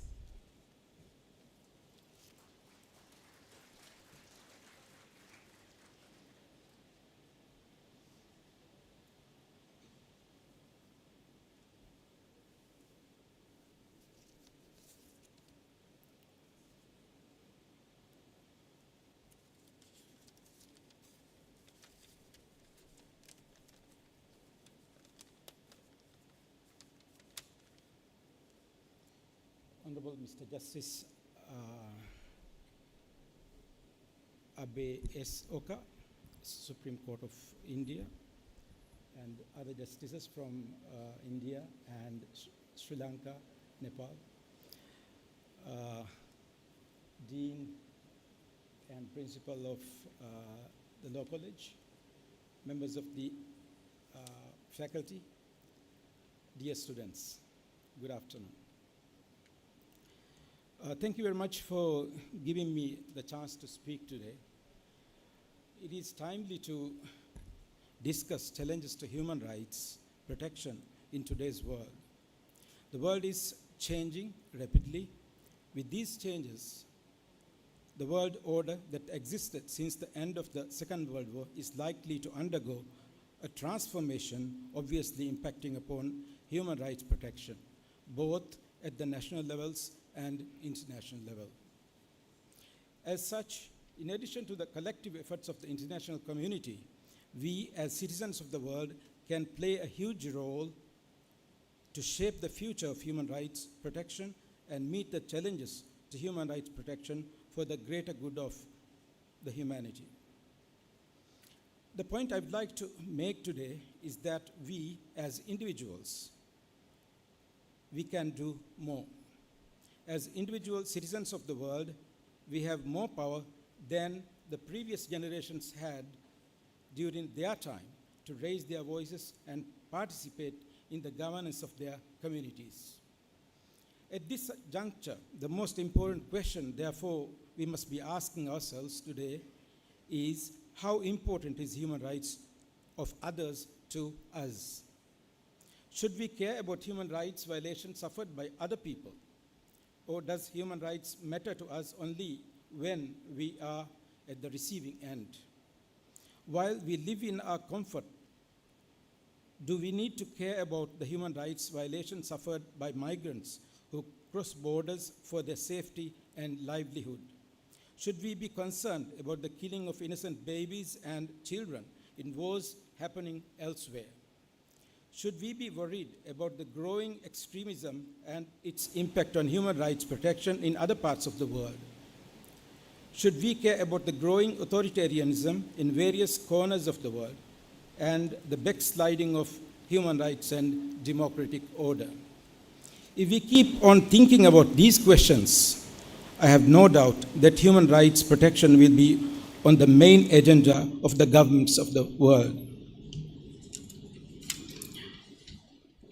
When considering the human rights situation in today's world, various challenges come to mind: nationalism, inequality, growing authoritarianism, extremism, migration, and of course climate change.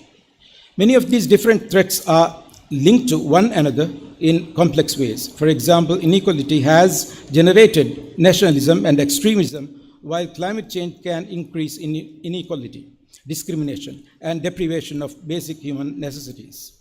Hence, the challenges are manifold, requiring different approaches and means to address them.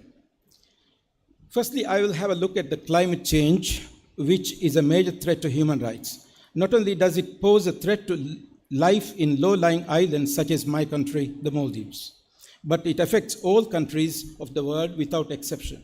Climate change leads to displacement of people by destroying their ability to earn a decent livelihood. It also increases poverty and food insecurity. Climate change also increases tensions and inequalities within societies, leading to conflict. War and internal conflicts bring another challenge. The devastation caused by conflicts and their huge economic and humanitarian costs create extensive and long-lasting harm, which will be carried by children into the next generation. We should accept that there is no victory, no winner in a conflict that destroys lives, land infrastructure, economies, and also hope. There is no ultimate victory for humanity by deliberately starving civilians or blocking humanitarian assistance. There is no winner when hospitals are bombed deliberately and repeatedly. We cannot close our eyes on attacks on women, including the use of rape as a weapon of war. We cannot keep quiet when children are tortured and killed in front of their parents. We should raise our voice when children are abducted and used as human shields or as bargain chips. We see climate change and conflicts driving migration. These migrants are women, men, and children exactly like us. If we are in their situations, probably we'll make the same decision to leave our homeland to escape from the threat to our lives.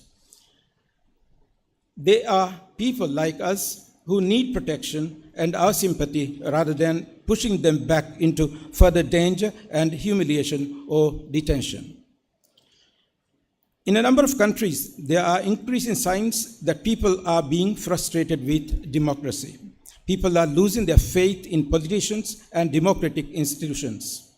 This phenomenon is causing the ugly heads of authoritarian elements to surface and thrive. Laws and policies that limit and criminalize political activity are increasingly being adopted. These measures include restrictions on freedom of expression and participation in peaceful demonstrations, restrictions on free and independent media sources, restrictions on the ability of the civil society to function, misuse of anti-terrorism laws and tax laws to target almost any form of criticism and conduct of political activity. Though technology bring people of the world closer to each other, paradoxically, the international community and the multilateral institutions are getting more divided and drifting apart. International community and multilateral institutions are unable to work together to solve common problems. They are increasingly turning away their eyes from shared principles and solutions, leading to deterioration of human rights protection. At this juncture, we should recognize that the solution of all these challenges is to believe that working together actually do work. We should not abandon our shared values and principles that have existed for so long for the common good of our humanity. We need shared solutions to the challenges for human rights protection by means of shared laws, principles, and policies guided by human rights that can strengthen international rule of law. They have worked in the past to encourage peace and development and advance human rights protection, and they can work in the future. We saw the international community rise from the ashes of the Second World War to establish mechanisms for the protection of human rights through multilateral treaties. Therefore, it can still be done. We have seen how divided the world was then, but the international community overcame all the hurdles to create a more inclusive and a more just world. It can even be done by each country if each country makes an effort to create policies grounded in human rights that shape greater justice, equality, and dignity. Upholding human rights is the job for all of us. We cannot leave this important task only in the hands of a few international organizations or NGOs. We as citizens of the world can contribute to shaping better policies and better outcomes. Thank you for your attention.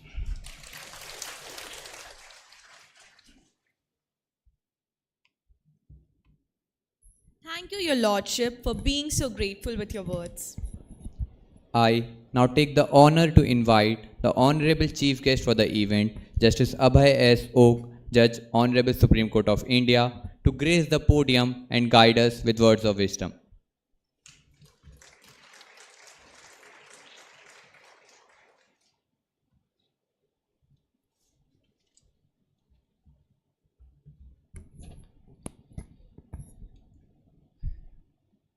Good afternoon. Dignitaries on the dais, dignitaries of the dais, and more importantly, my young student friends. Today, I was privileged to share this dais because we have three eminent judges of the Supreme Court of three of our neighboring countries, Sri Lanka, Nepal, and Maldives. And of course, my esteemed colleagues in three different high courts. Before I deal with the topic which is given to me, I must tell you that I am going to be brief, as brief as possible. During last few years, my experience is that the attention span of young students is very, very low. And today's subject is human rights. One of the most important human rights which is available under the Constitution of India is freedom of speech and expression. So I know that if I exceed the time limit, all of you will start exercising your freedom of speech and expression by putting comments on WhatsApp groups, Instagram, Twitter, X, that how boring is this Supreme Court judge. And I respect that right of the students to say that. In fact, my mind goes back to 1980. I was a student of Government Law College, Mumbai. We had a very eminent and one of the greatest law teacher ever seen. He used to teach us law of contract. I remember after one term was over, in the second term, he came to the classroom and he brought pile of papers, loose papers. And we were just wondering why our professor, who was such a popular professor, has got this pile of papers. So he called one staff member and one piece of small paper was distributed to every student. And he told the students that, look, I am giving you option. Please write down on this slip of paper, what do you feel about me, quality of my teaching as a human being, what is your impression about me? And he said in a lighter vein that instead of saying that outside in the canteen or some restaurant, you say it openly and don't put your name. So that was the way of that professor of allowing the students to exercise their right under Article 19(1)(a). Coming back to today's function, I'm really happy to come to this beautiful campus of this new Law College of Bharati Vidyapit. Of late, I am a bit hesitant to attend moot court competitions. I'm reluctant because I first see the subject which is given in the moot court competitions. For the last few years, I have been observing, for my brother judges in Supreme Court of other countries, I am talking about the legal education in India or colleges in India. What I am observing is that whichever is the moot court competition, you are subject of public international law, you are subject of arbitration, IB code, and some very complicated arbitration subject. These are the subjects, very few of the students get opportunity to work on in their career, because in our country, this commercial litigation, arbitration, IB code, public international law doesn't constitute even 5% of total litigation. So I always tell the academicians of various law colleges, please have some subject where students will be really challenged. Please give a paper book of some criminal appeal to the student, so the student will know how to read the evidence, what is the meaning of cross-examination. The student will be tested. I am really very, very happy that for this international competition, the subject chosen is human rights. And there is great significance to human rights at present. The reason is that we are celebrating 75th year of our Constitution. And in our Constitution, the great emphasis has been given on human rights. Ultimately, the battle for independence was fought by our freedom fighters to ensure that every citizen of this country gets elementary human rights. And it is very important subject for moot court competitions and for my young student friends. Our history tells us, I am sure the same is the history of Nepal or Sri Lanka.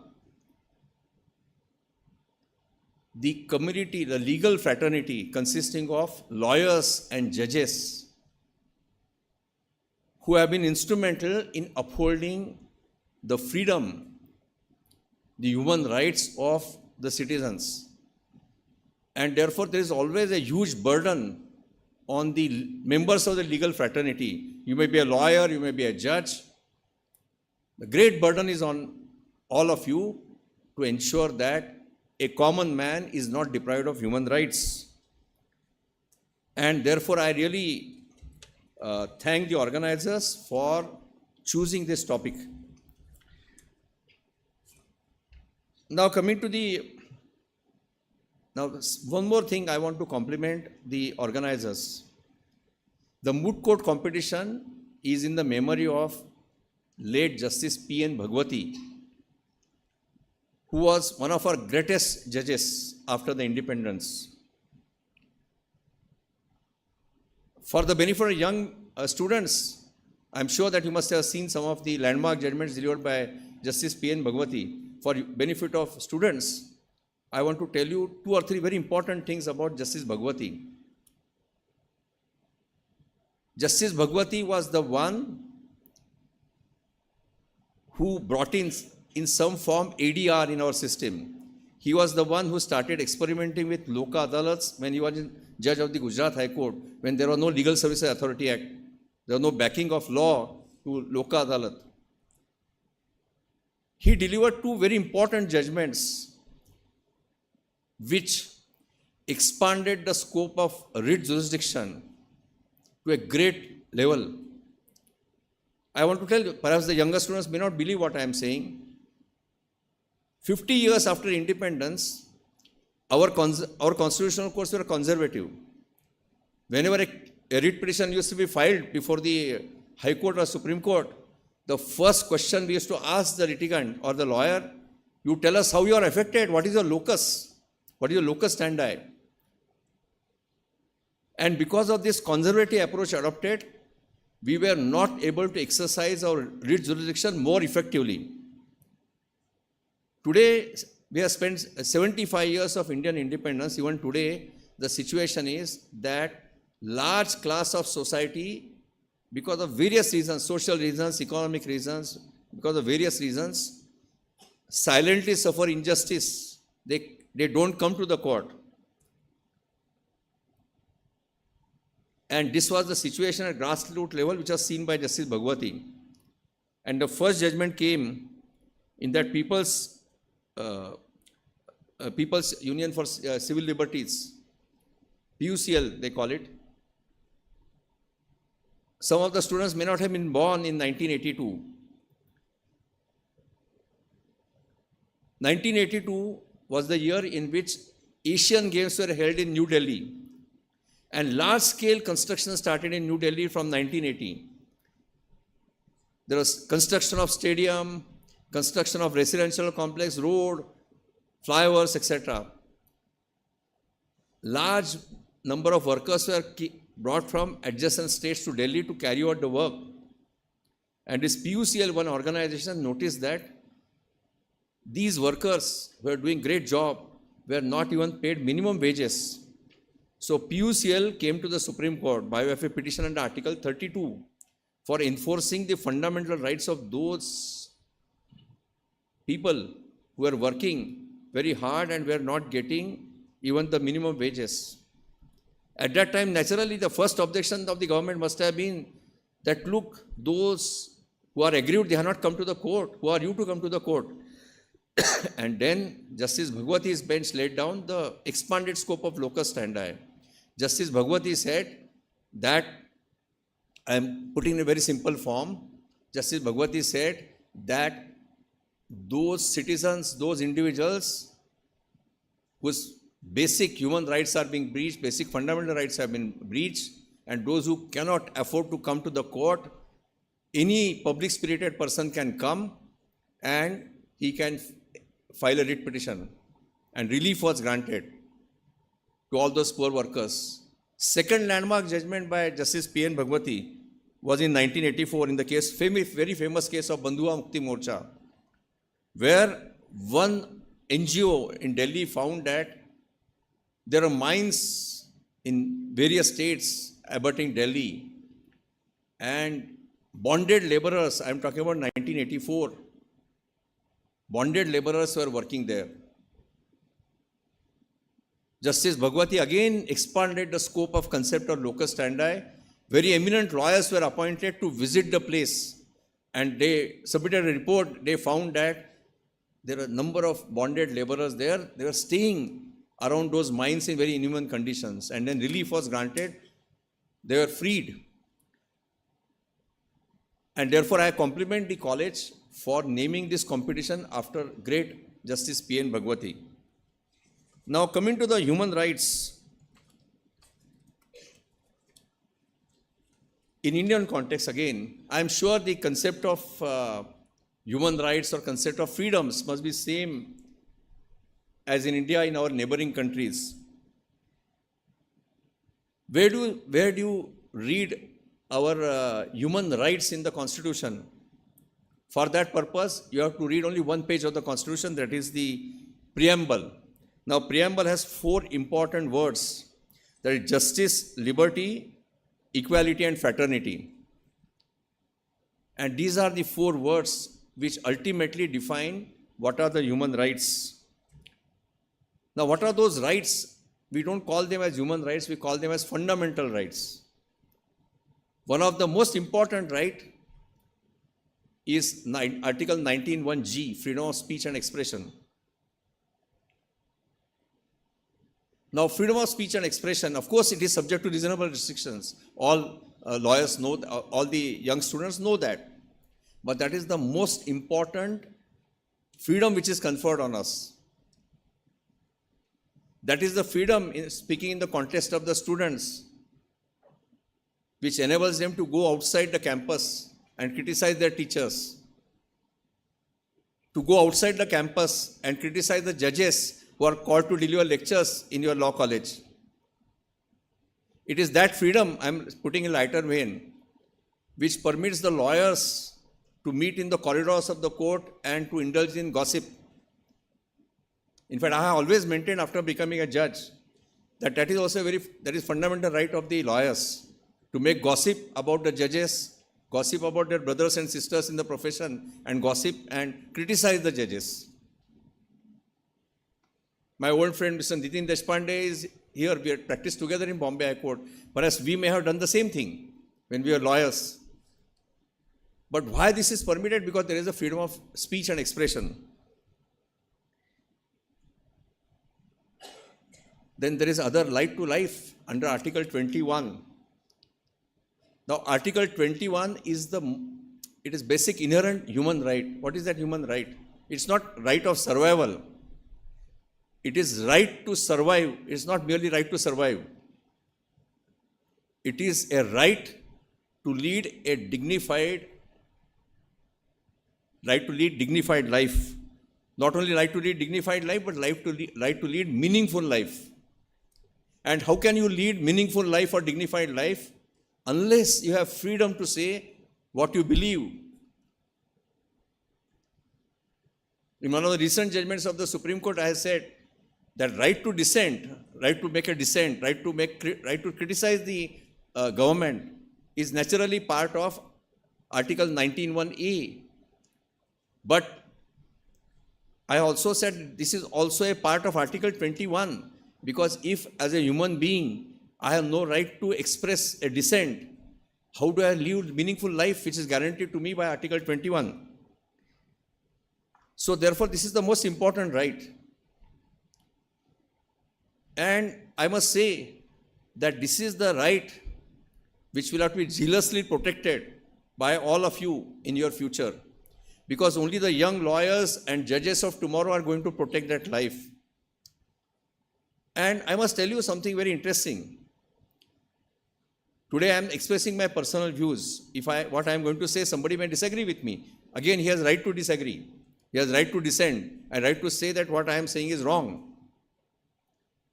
When I was a young student, there was very, very little scope available to express ourselves. In the sense that there was no social media. If a student wanted to express himself, he could do so while participating in elocution competition.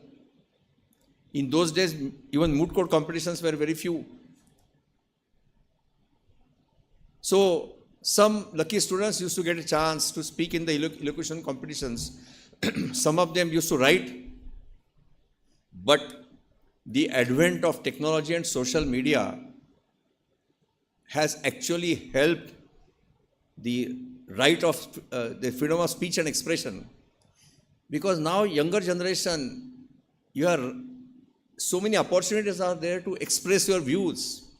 I'm sure when I am speaking, some of you must be exchanging your views about me by putting something on social media. That's a great tool in your hands, that whatever comes to your mind, you can put it down. your thoughts about a particular subject. I'm talking about constructive use of the social media. If you have thought on a particular subject, for example, if you are attending a moot court competition, if you have thought about manner in which moot court competition should be arranged, what should be the improvements, you can immediately put on your WhatsApp group, you can put on your Twitter, Instagram. So this advent of media has actually expanded the scope of our freedom of speech and expression. And as I say that this freedom of speech and expression, which is essential part of human life, is always subject to reasonable restrictions. The reason is when I say that I have right of expressing my dissent, I say that I have right of expressing my personal views fearlessly and openly. When I exercise that right, it is coupled with an obligation. And what is that obligation? As I have a right to speak openly, I have a right to express my views, I have to respect the right of others to express that view. So young students, if you put something on the Twitter, or somebody, your friend puts something on the Twitter or on Instagram, do not be in hurry to criticize him. Do not be in hurry to say something which is not exactly in parliamentary words.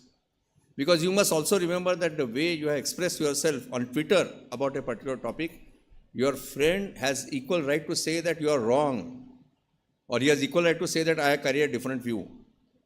So please remember one thing, that if you want to protect this very basic human right of freedom of speech and expression, unless you respect the right of the others to exercise that right, that precious right which makes our life worthwhile, you will not be able to exercise.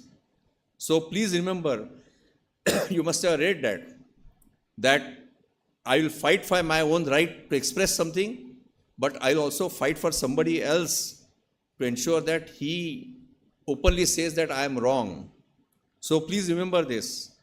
And when you exercise your freedom of speech and expression, you remember this, that does not give you right to offend any other individual, because then one more very important part of human rights, or a basic feature of our constitution, is fraternity. Now what is fraternity? Basically, fraternity is that you must respect each other. You must respect the thought process of others. You must respect the religion or religious ethos of the others. That's fraternity. So when you exercise your right of freedom of speech and expression, please remember that fraternity is also a very essential feature of our constitution.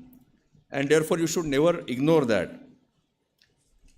Other day in one of the other states, I had gone to attend a function. I, in fact, delivered a lecture before a law school, and there was an interactive session. So one young student got up. I must say that I am comparing my generation of law students with the present generation. I must say that the students are very bright. Students are much more prepared than what you used to be prepared as students. So that bright young girl asked me a question. Sir, you are talking for last half an hour, you have spoken last half an hour about freedom of speech and expression. But if we criticize your judgments, we will take action under the Contempt of Court Act. So where is that freedom gone when we criticize the judgments? And that question must be in the mind of all young students. I'm going to answer that question because I have answered that question during the last 20 years when I was holding the post of judge. I always say that every citizen of this country has right to criticize the judgments delivered by a court of law. But it has to be criticism of the judgment based on study and analysis of that judgment. You are right to say, so tomorrow I deliver a judgment in the Supreme Court. You can have a debate in your law college and right to say that Justice Oak has gone wrong. But you can exercise that right after carefully studying the judgment and after pointing out that this is where Justice Oak has legally gone wrong. This is where he has ignored the well-settled principle of law. This is where he has ignored the binding precedent. So if you criticize the judgment in this fashion, you are right to criticize the judgment. You can't say that I don't like judgment and therefore I am criticizing it. That's not the approach. Because you, the young students, you are going to be part of our legal system. So start using your analytic mind or build your analytic mind. Because today, we have a scenario. I remember, I'm not naming that judgment. A judgment running into 1,000 pages was pronounced by Supreme Court at 10:30 in the morning. There were 5 separate opinions. But some of the lawyers, some young law students I saw late in the night on the television media, they're prepared to react about the judgment. Obviously, nobody must have gone through 1,000 pages. Nobody must have analyzed in his mind what are the views taken by different judges. So therefore, please keep this in mind that you have right to criticize the judgments, but that criticism has to be constructive criticism. If you tomorrow, some of you in our country, we have right to criticize the Prime Minister of India. We have right to criticize the President of India. But when you criticize a judge, we are bound by all self-constraints. We don't reply to the criticism. We don't get opportunity to reply to the criticism because we always feel that we are constitutional functionaries or any judge of any court, we feel that we are creature of law and therefore we don't react or we don't give a reaction to the criticism. So please keep this in mind that you are right to criticize the judgment. But there is a difference between right to criticize the judgment and right to criticize judge. So that borderline you have to keep it in mind. Of course, I don't say that you don't have right to criticize the judge, but again, that has to be a constructive criticism by expressing that this is where the judge has gone wrong. Because, every system in the world has flaws and judicial is not exception. And why I am telling you all this in great detail, because tomorrow you are going to be the integral part of our legal system. I see some of the great lawyers in you, maybe after 30 years, some of you will be known as great lawyers, some of you will be known as great judges. So keep this in mind. Now, before I close, there are 2 or 3 points which I want to highlight on this aspect. One very important thing you must remember is that it's not only about freedom of speech and expression. It's not only about expressing your views. It's not only about right to criticize or right to dissent. There is something more in our human rights. There is something more in our Article 21. And that something more is right to shelter, right to get food, and right to health. These are the 3 very important aspects of Article 21. A slightly different aspect is right of privacy.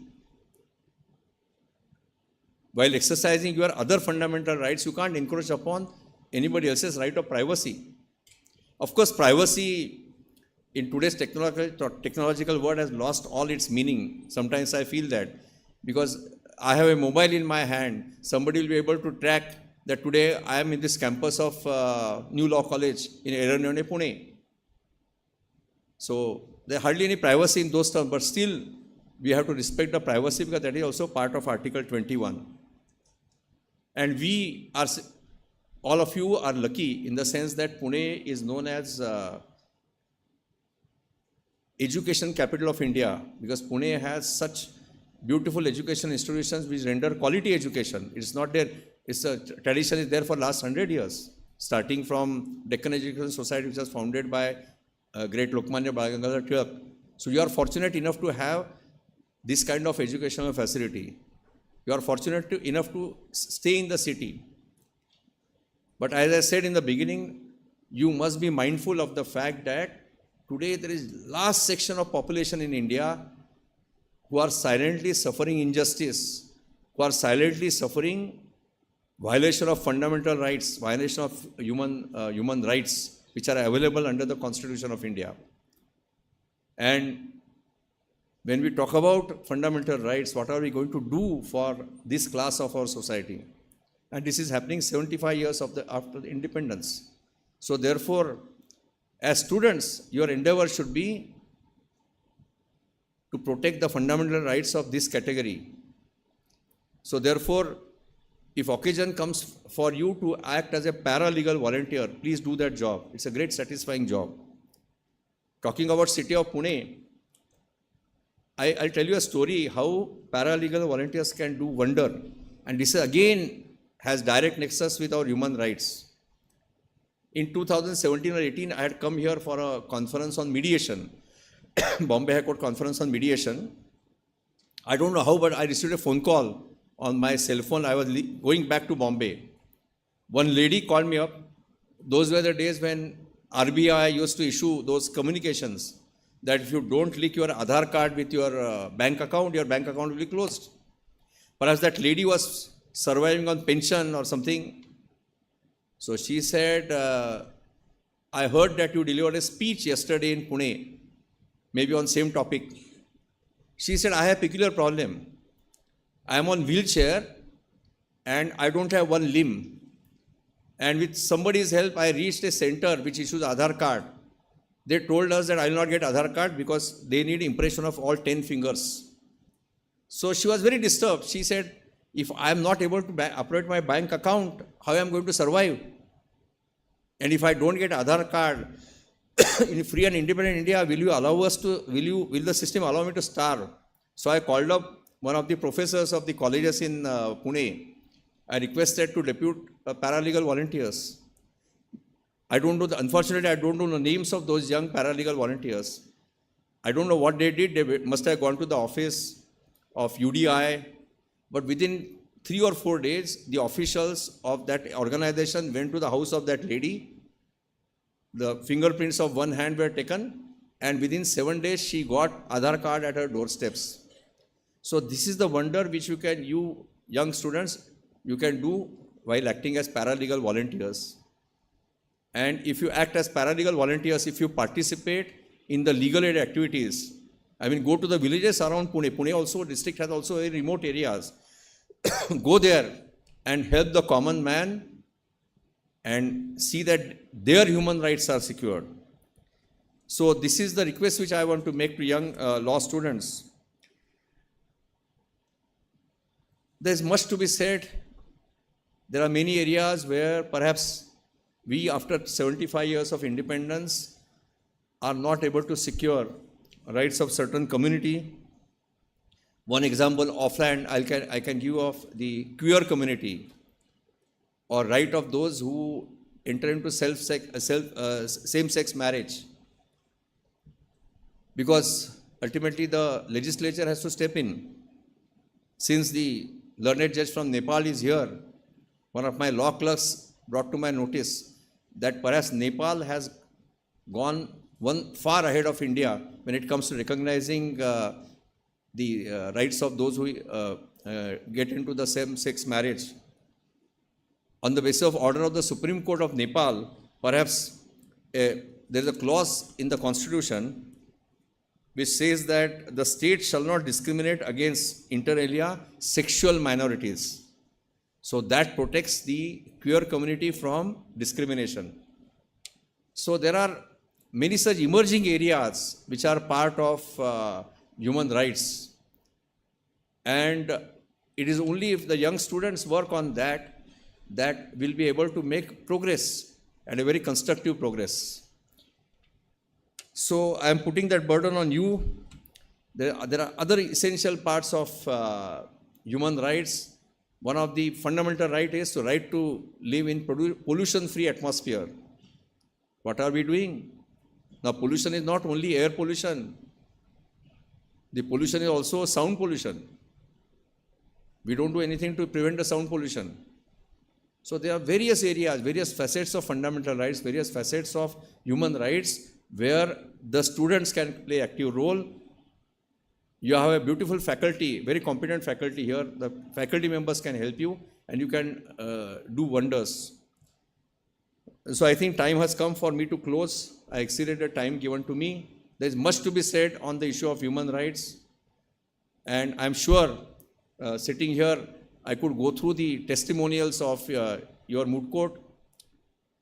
Very, very interesting topics were there. There was right to dissent, the right to separate from the state, and I am quite sure that the students must have done very well in this moot court competition.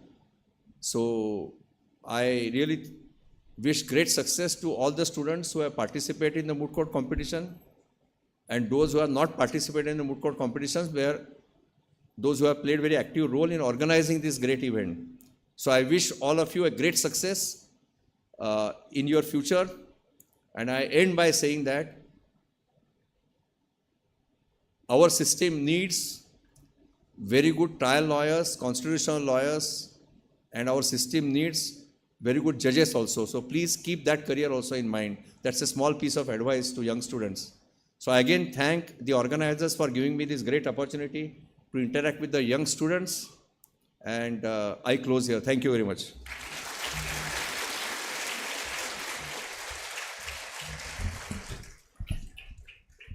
Thank you so much, Your Lordship, for being so grateful. It's been an honor to hear from you.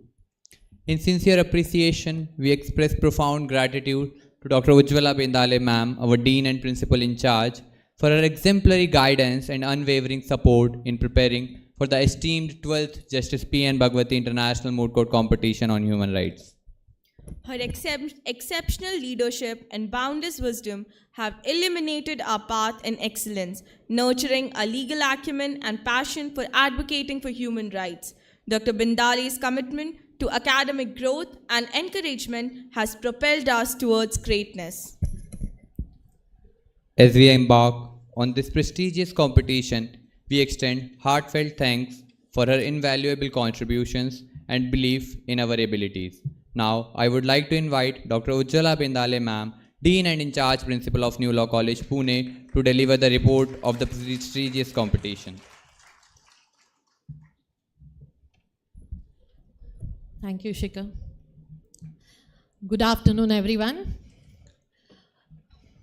Respected Chief Guest for today's function, Honorable Mr. Justice Abhay Oak, sir, Judge, Supreme Court of India, all the respected dignitaries on the dais, of the dais, and my dear students.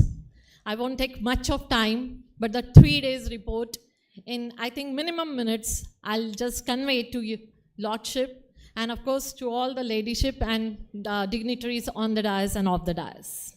At Bharati Vidyapeeth, deemed to be University New Law College, Pune, our flagship event, Justice P.N.Bhagwati International Moot Court Competition on Human Rights, is not a mere academic exercise, but it is a platform for participants to channel their passion for justice into actionable advocacy, driving positive change in society.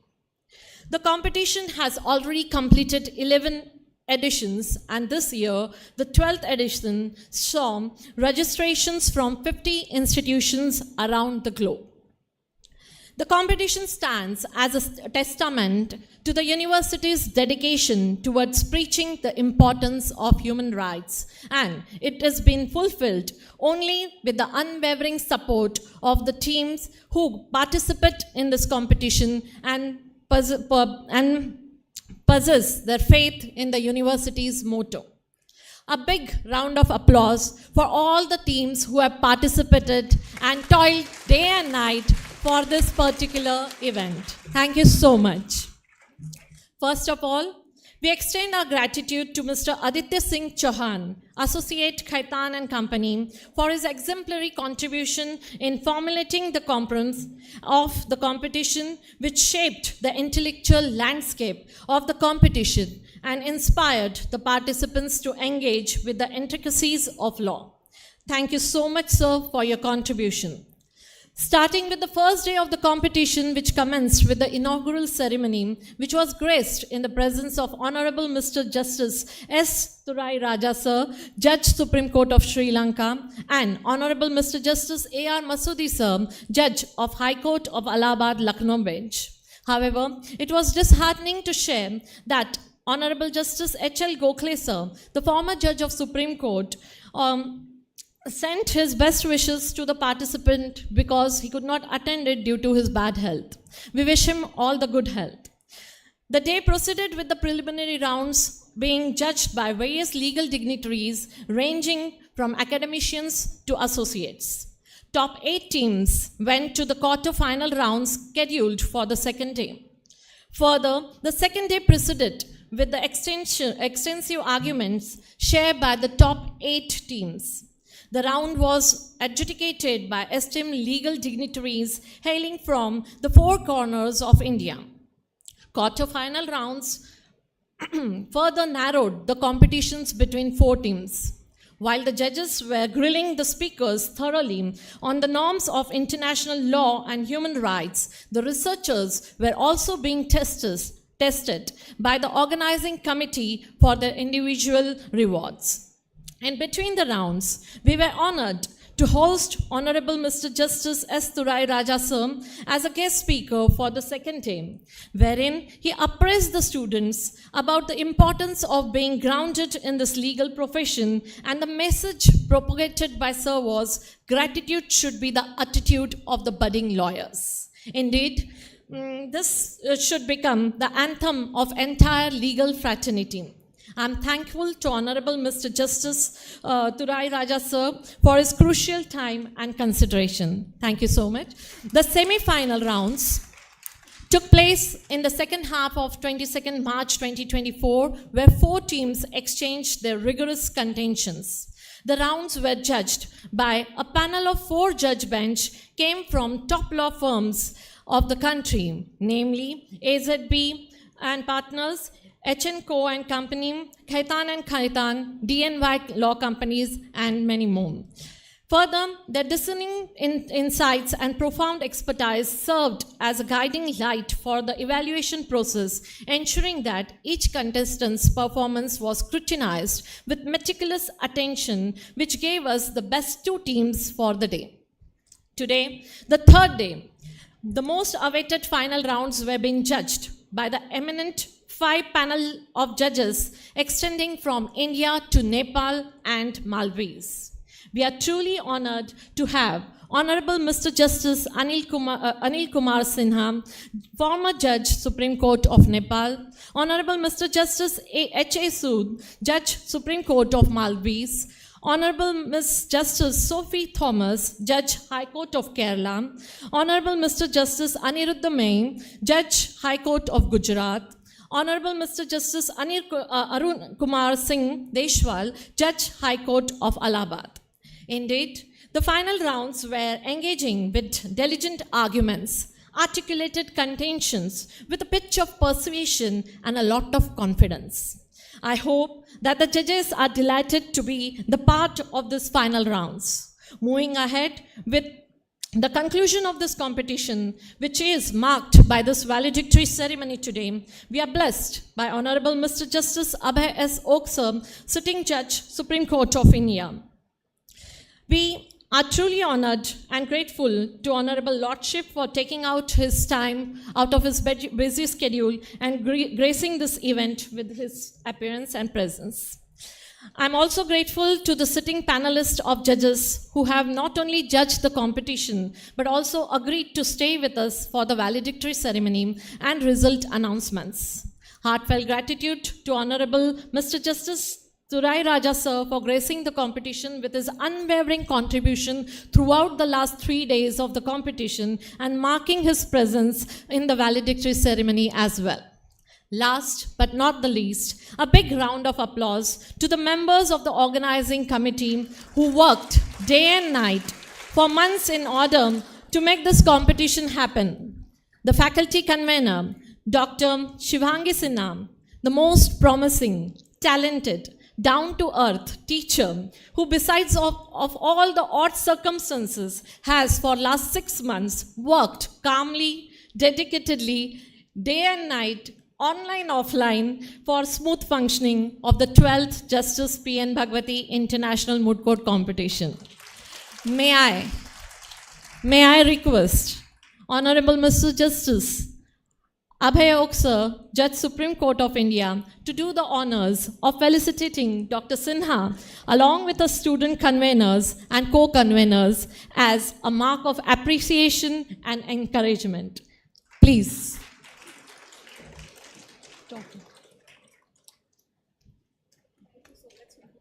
Conveners, also you call them, please.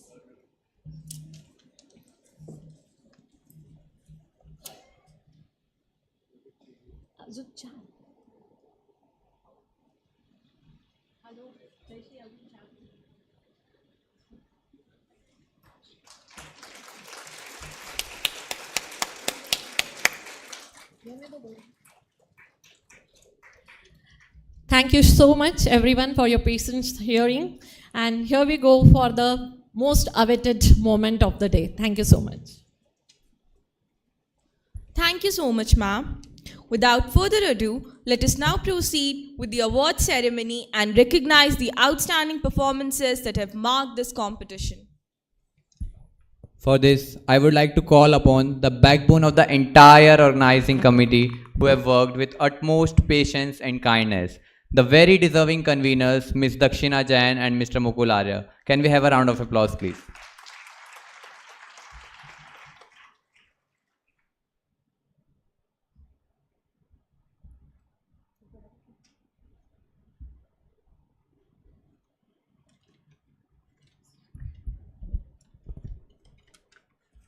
Warm greetings to the distinguished guests, esteemed participants, respected faculties, and my dear friends. So, without waiting much, I would like to first announce the very first award, that is the Best Researcher Award. Okay, before that, I would like to also congratulate the semi-finalists, because among the 50 teams, it's a great award to be the semi-finalist. So first, I would like to invite UIN 1203 UPS Dehradun. A big round of applause, please. I would request all the judges to please be come in front and have a photograph. And I would request Honorable Justice Ms. Sophie Thomas to please grant the certificates to the team.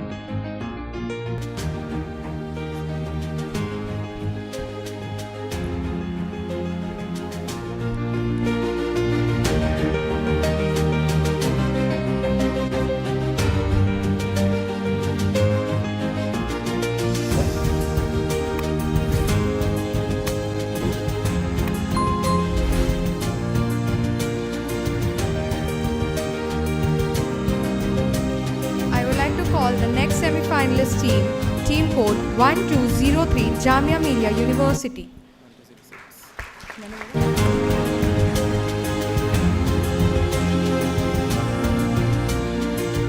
I request Honorable Ms. Sophie Thomas to please felicitate the semi-finalists.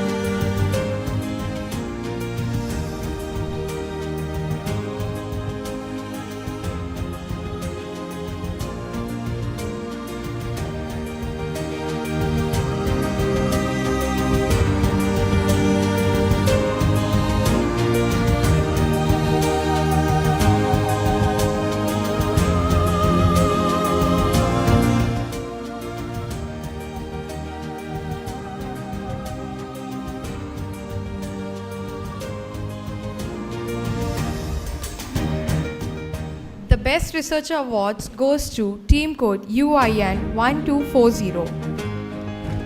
Dr. Ram Manohar Lohia, National Law University, Lucknow, Aditi S. Nair. I would like to request Justice Aniruddha P. Mai to please felicitate the team.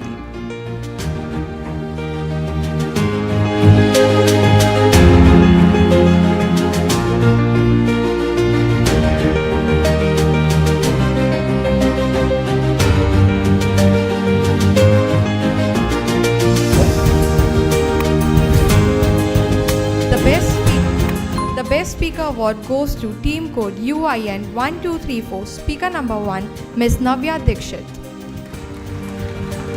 That's National Law Institute University, Bhopal. I would like to request Justice Sood to please felicitate the team.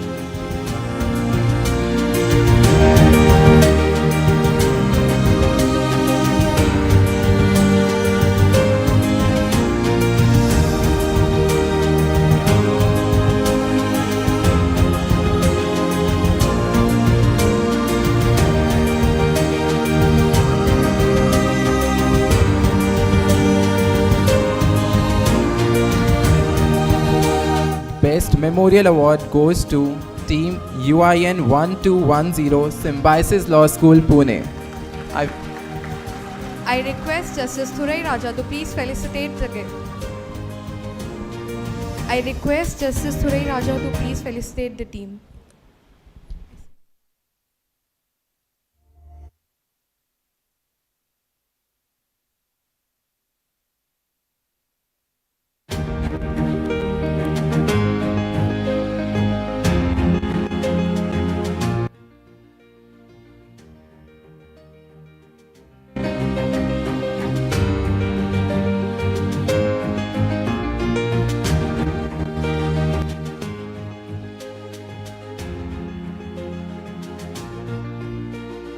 The Best International Team Award goes to Team Code UIN 1250 Independent University, Bangladesh. I would like to request Justice Arun Kumar Singh Deshwal to please felicitate the team.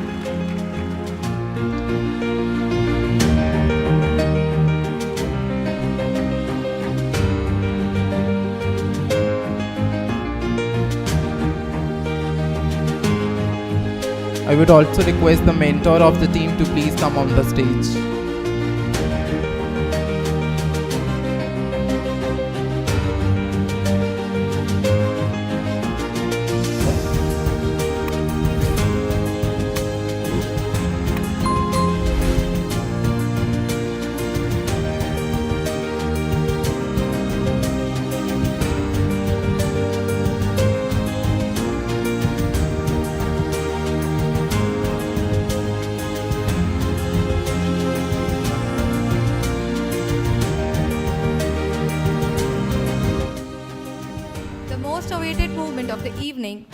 The winners of the 12th Justice P.N.Bhagwati International Moot Court Competition is team bearing team code number UIN 1238 Christ University, Bangalore.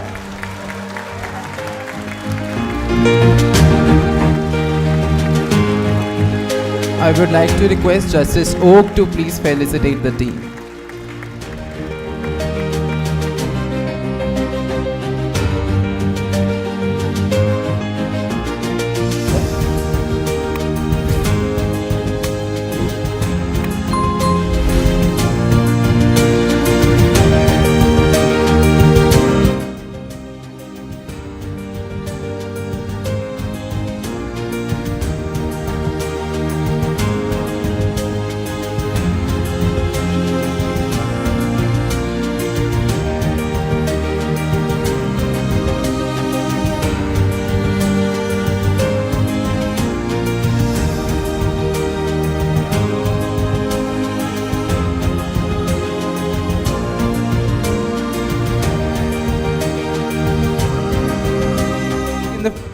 Being in the final rounds is itself a big achievement, so huge round of applause for the runner-up UIN 1210 Symbiosis Law School, Pune. I would like to request Justice Anil Kumar Sinha to please felicitate the team.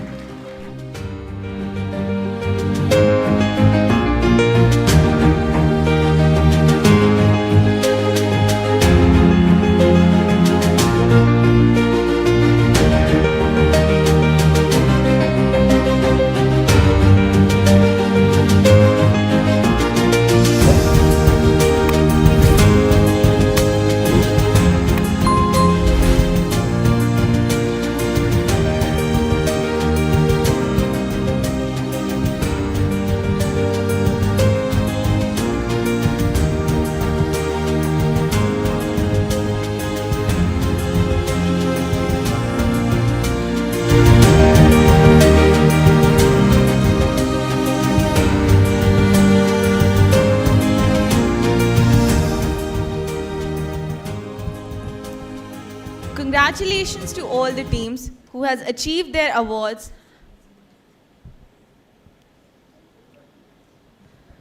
and to those who put their efforts making this event a great one.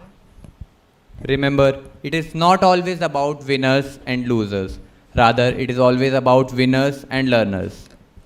Now, I take this privilege to introduce our advisor for this competition, Mr. Tariq Khan Sir, Registrar IAMC Hyderabad, who is a renowned expert in international arbitration and mediation.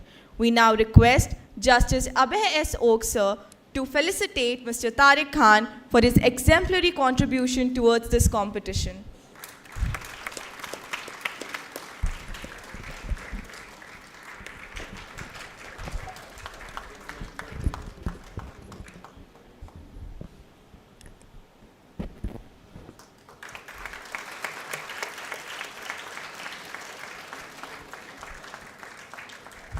With an illustrious career spanning numerous years, Sir has been guiding light for aspiring legal professionals, imparting wisdom and knowledge at every step of our way. Without further delay, I would like to invite Mr. Tariq Khan, sir, to the stage to deliver his address.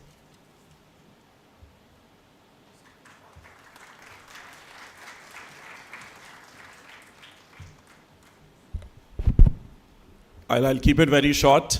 Dignitaries on the dais, dignitaries off the dais. Just very short piece of advice for all the participants who are here today. You've already heard some of the greatest judges from India and the neighboring countries, so I don't think there is anything that I can add. But just one thing that I want to tell my young friends, that in this profession, slowest is the fastest way to reach wherever you want to reach in your life.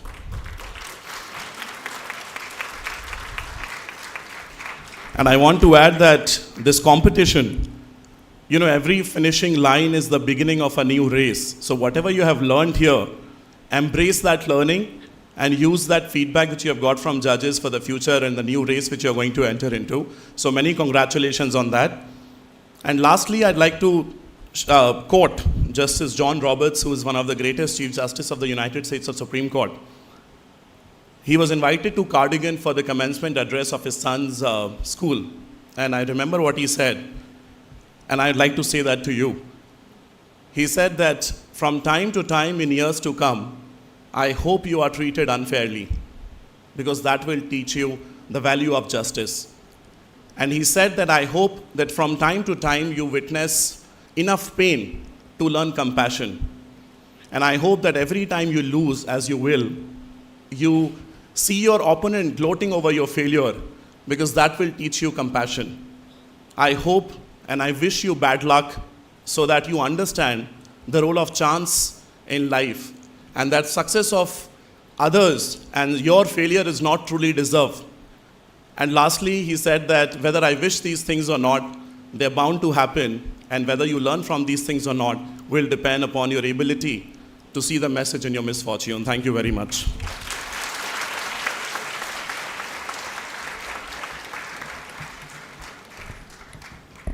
Now, the time has come for the most difficult and responsible task, that is to thank each and everyone who has directly or indirectly been a help in making this event a great success.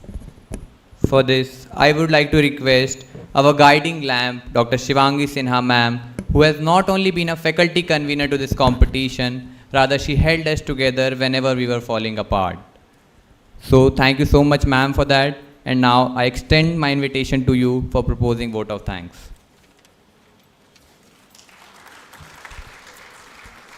Thank you, Shikhar.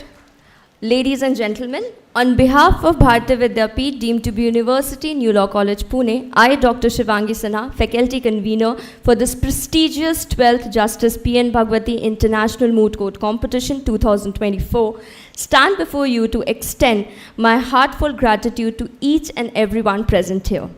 Let us first of all start by giving glory and reverence to the Almighty for making this event a tremendous success. To our esteemed founder and Chancellor, Dr. Patang Rao Kadam, Dr. Shivaji Rao Kadam, Chancellor, Bharatiya Vidyapeeth, deemed to be University, Dr. Vishwajit Kadam, Pro Vice Chancellor, Bharatiya Vidyapeeth, deemed to be University, Pune, and Secretary, Bharatiya Vidyapeeth, Dr. Vivek Sauji, Vice Chancellor, Dr. Asmita Jattab, Executive Director, and Mr. G. Jayakumar, Registrar. Thank you so much, sir. Of Bharatiya Vidyapeeth, deemed to be University, Pune, without whose unwavering support, this event wouldn't have been possible. To all the dignitaries on the dais from the national and international arena have taken out time from their busy schedule. Thank you so much, sir, to each and everyone. Thank you so much, ma'am. to become the part of the final and valedictory ceremony of the 12th Justice P.N.Bhagwati International Moot Court Competition. First and foremost, I'd like to express my sincere appreciation to our Dean and Principal in charge, Dr. Ujjwala Bindale ma'am, for her visionary, her leadership, and I also want to extend my thanks to our Vice Principal, Dr. Jyoti Dham ma'am, for her constant encouragement and support. A special mention goes to our IQSE coordinator, Dr. Vidya Dhere ma'am, for her invaluable support. We are also immensely grateful to Mr. Tariq Khan sir, thank you so much, Registrar IAMC Hyderabad, for his continuous assistance throughout the event, both online and offline. I extend my heartfelt thanks to all the judges, the legal professionals who graciously dedicated their time and expertise to be the part of the 12th Justice P.N.Bhagwati International Moot Court Competition. Your presence elevated and set the standard for this particular event. To the students who are the heartbeat of the competition, your participation, enthusiasm, dedication were truly commendable. Congratulations to all the winners, runner-ups, and all the participating teams. Your spirited encouragement have made this event memorable. The vote of thanks will be incomplete if I don't mention my conveners and co-conveners of this event. That is Dakshina Jain. Thanks to all the faculties who are present. Thank you so much for becoming the part of this event. In closing, I would like to express the gratitude once again to each and everyone involved. Your support and dedication had laid the foundation for a beautiful future in Legal Dream.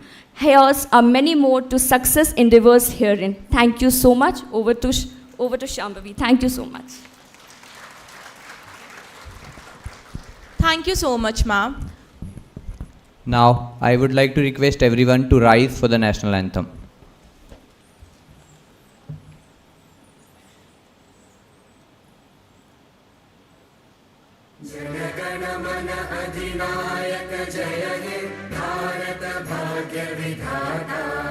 Punjab Sindh Gujarat Maratha Dravid Utkal बंगा विंध्य हिमाचल यमुना गंगा उच्चल जलधि तरंगा तव शुभ नामे जागे तव शुभ आशीष मांगे गाहे तव जय गाथा जन गण मंगलदायक जय हे भारत भाग्य विधाता जय हे जय हे जय हे जय जय जय जय हे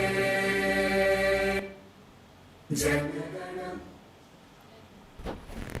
Thank you everyone. I would like everyone to be seated.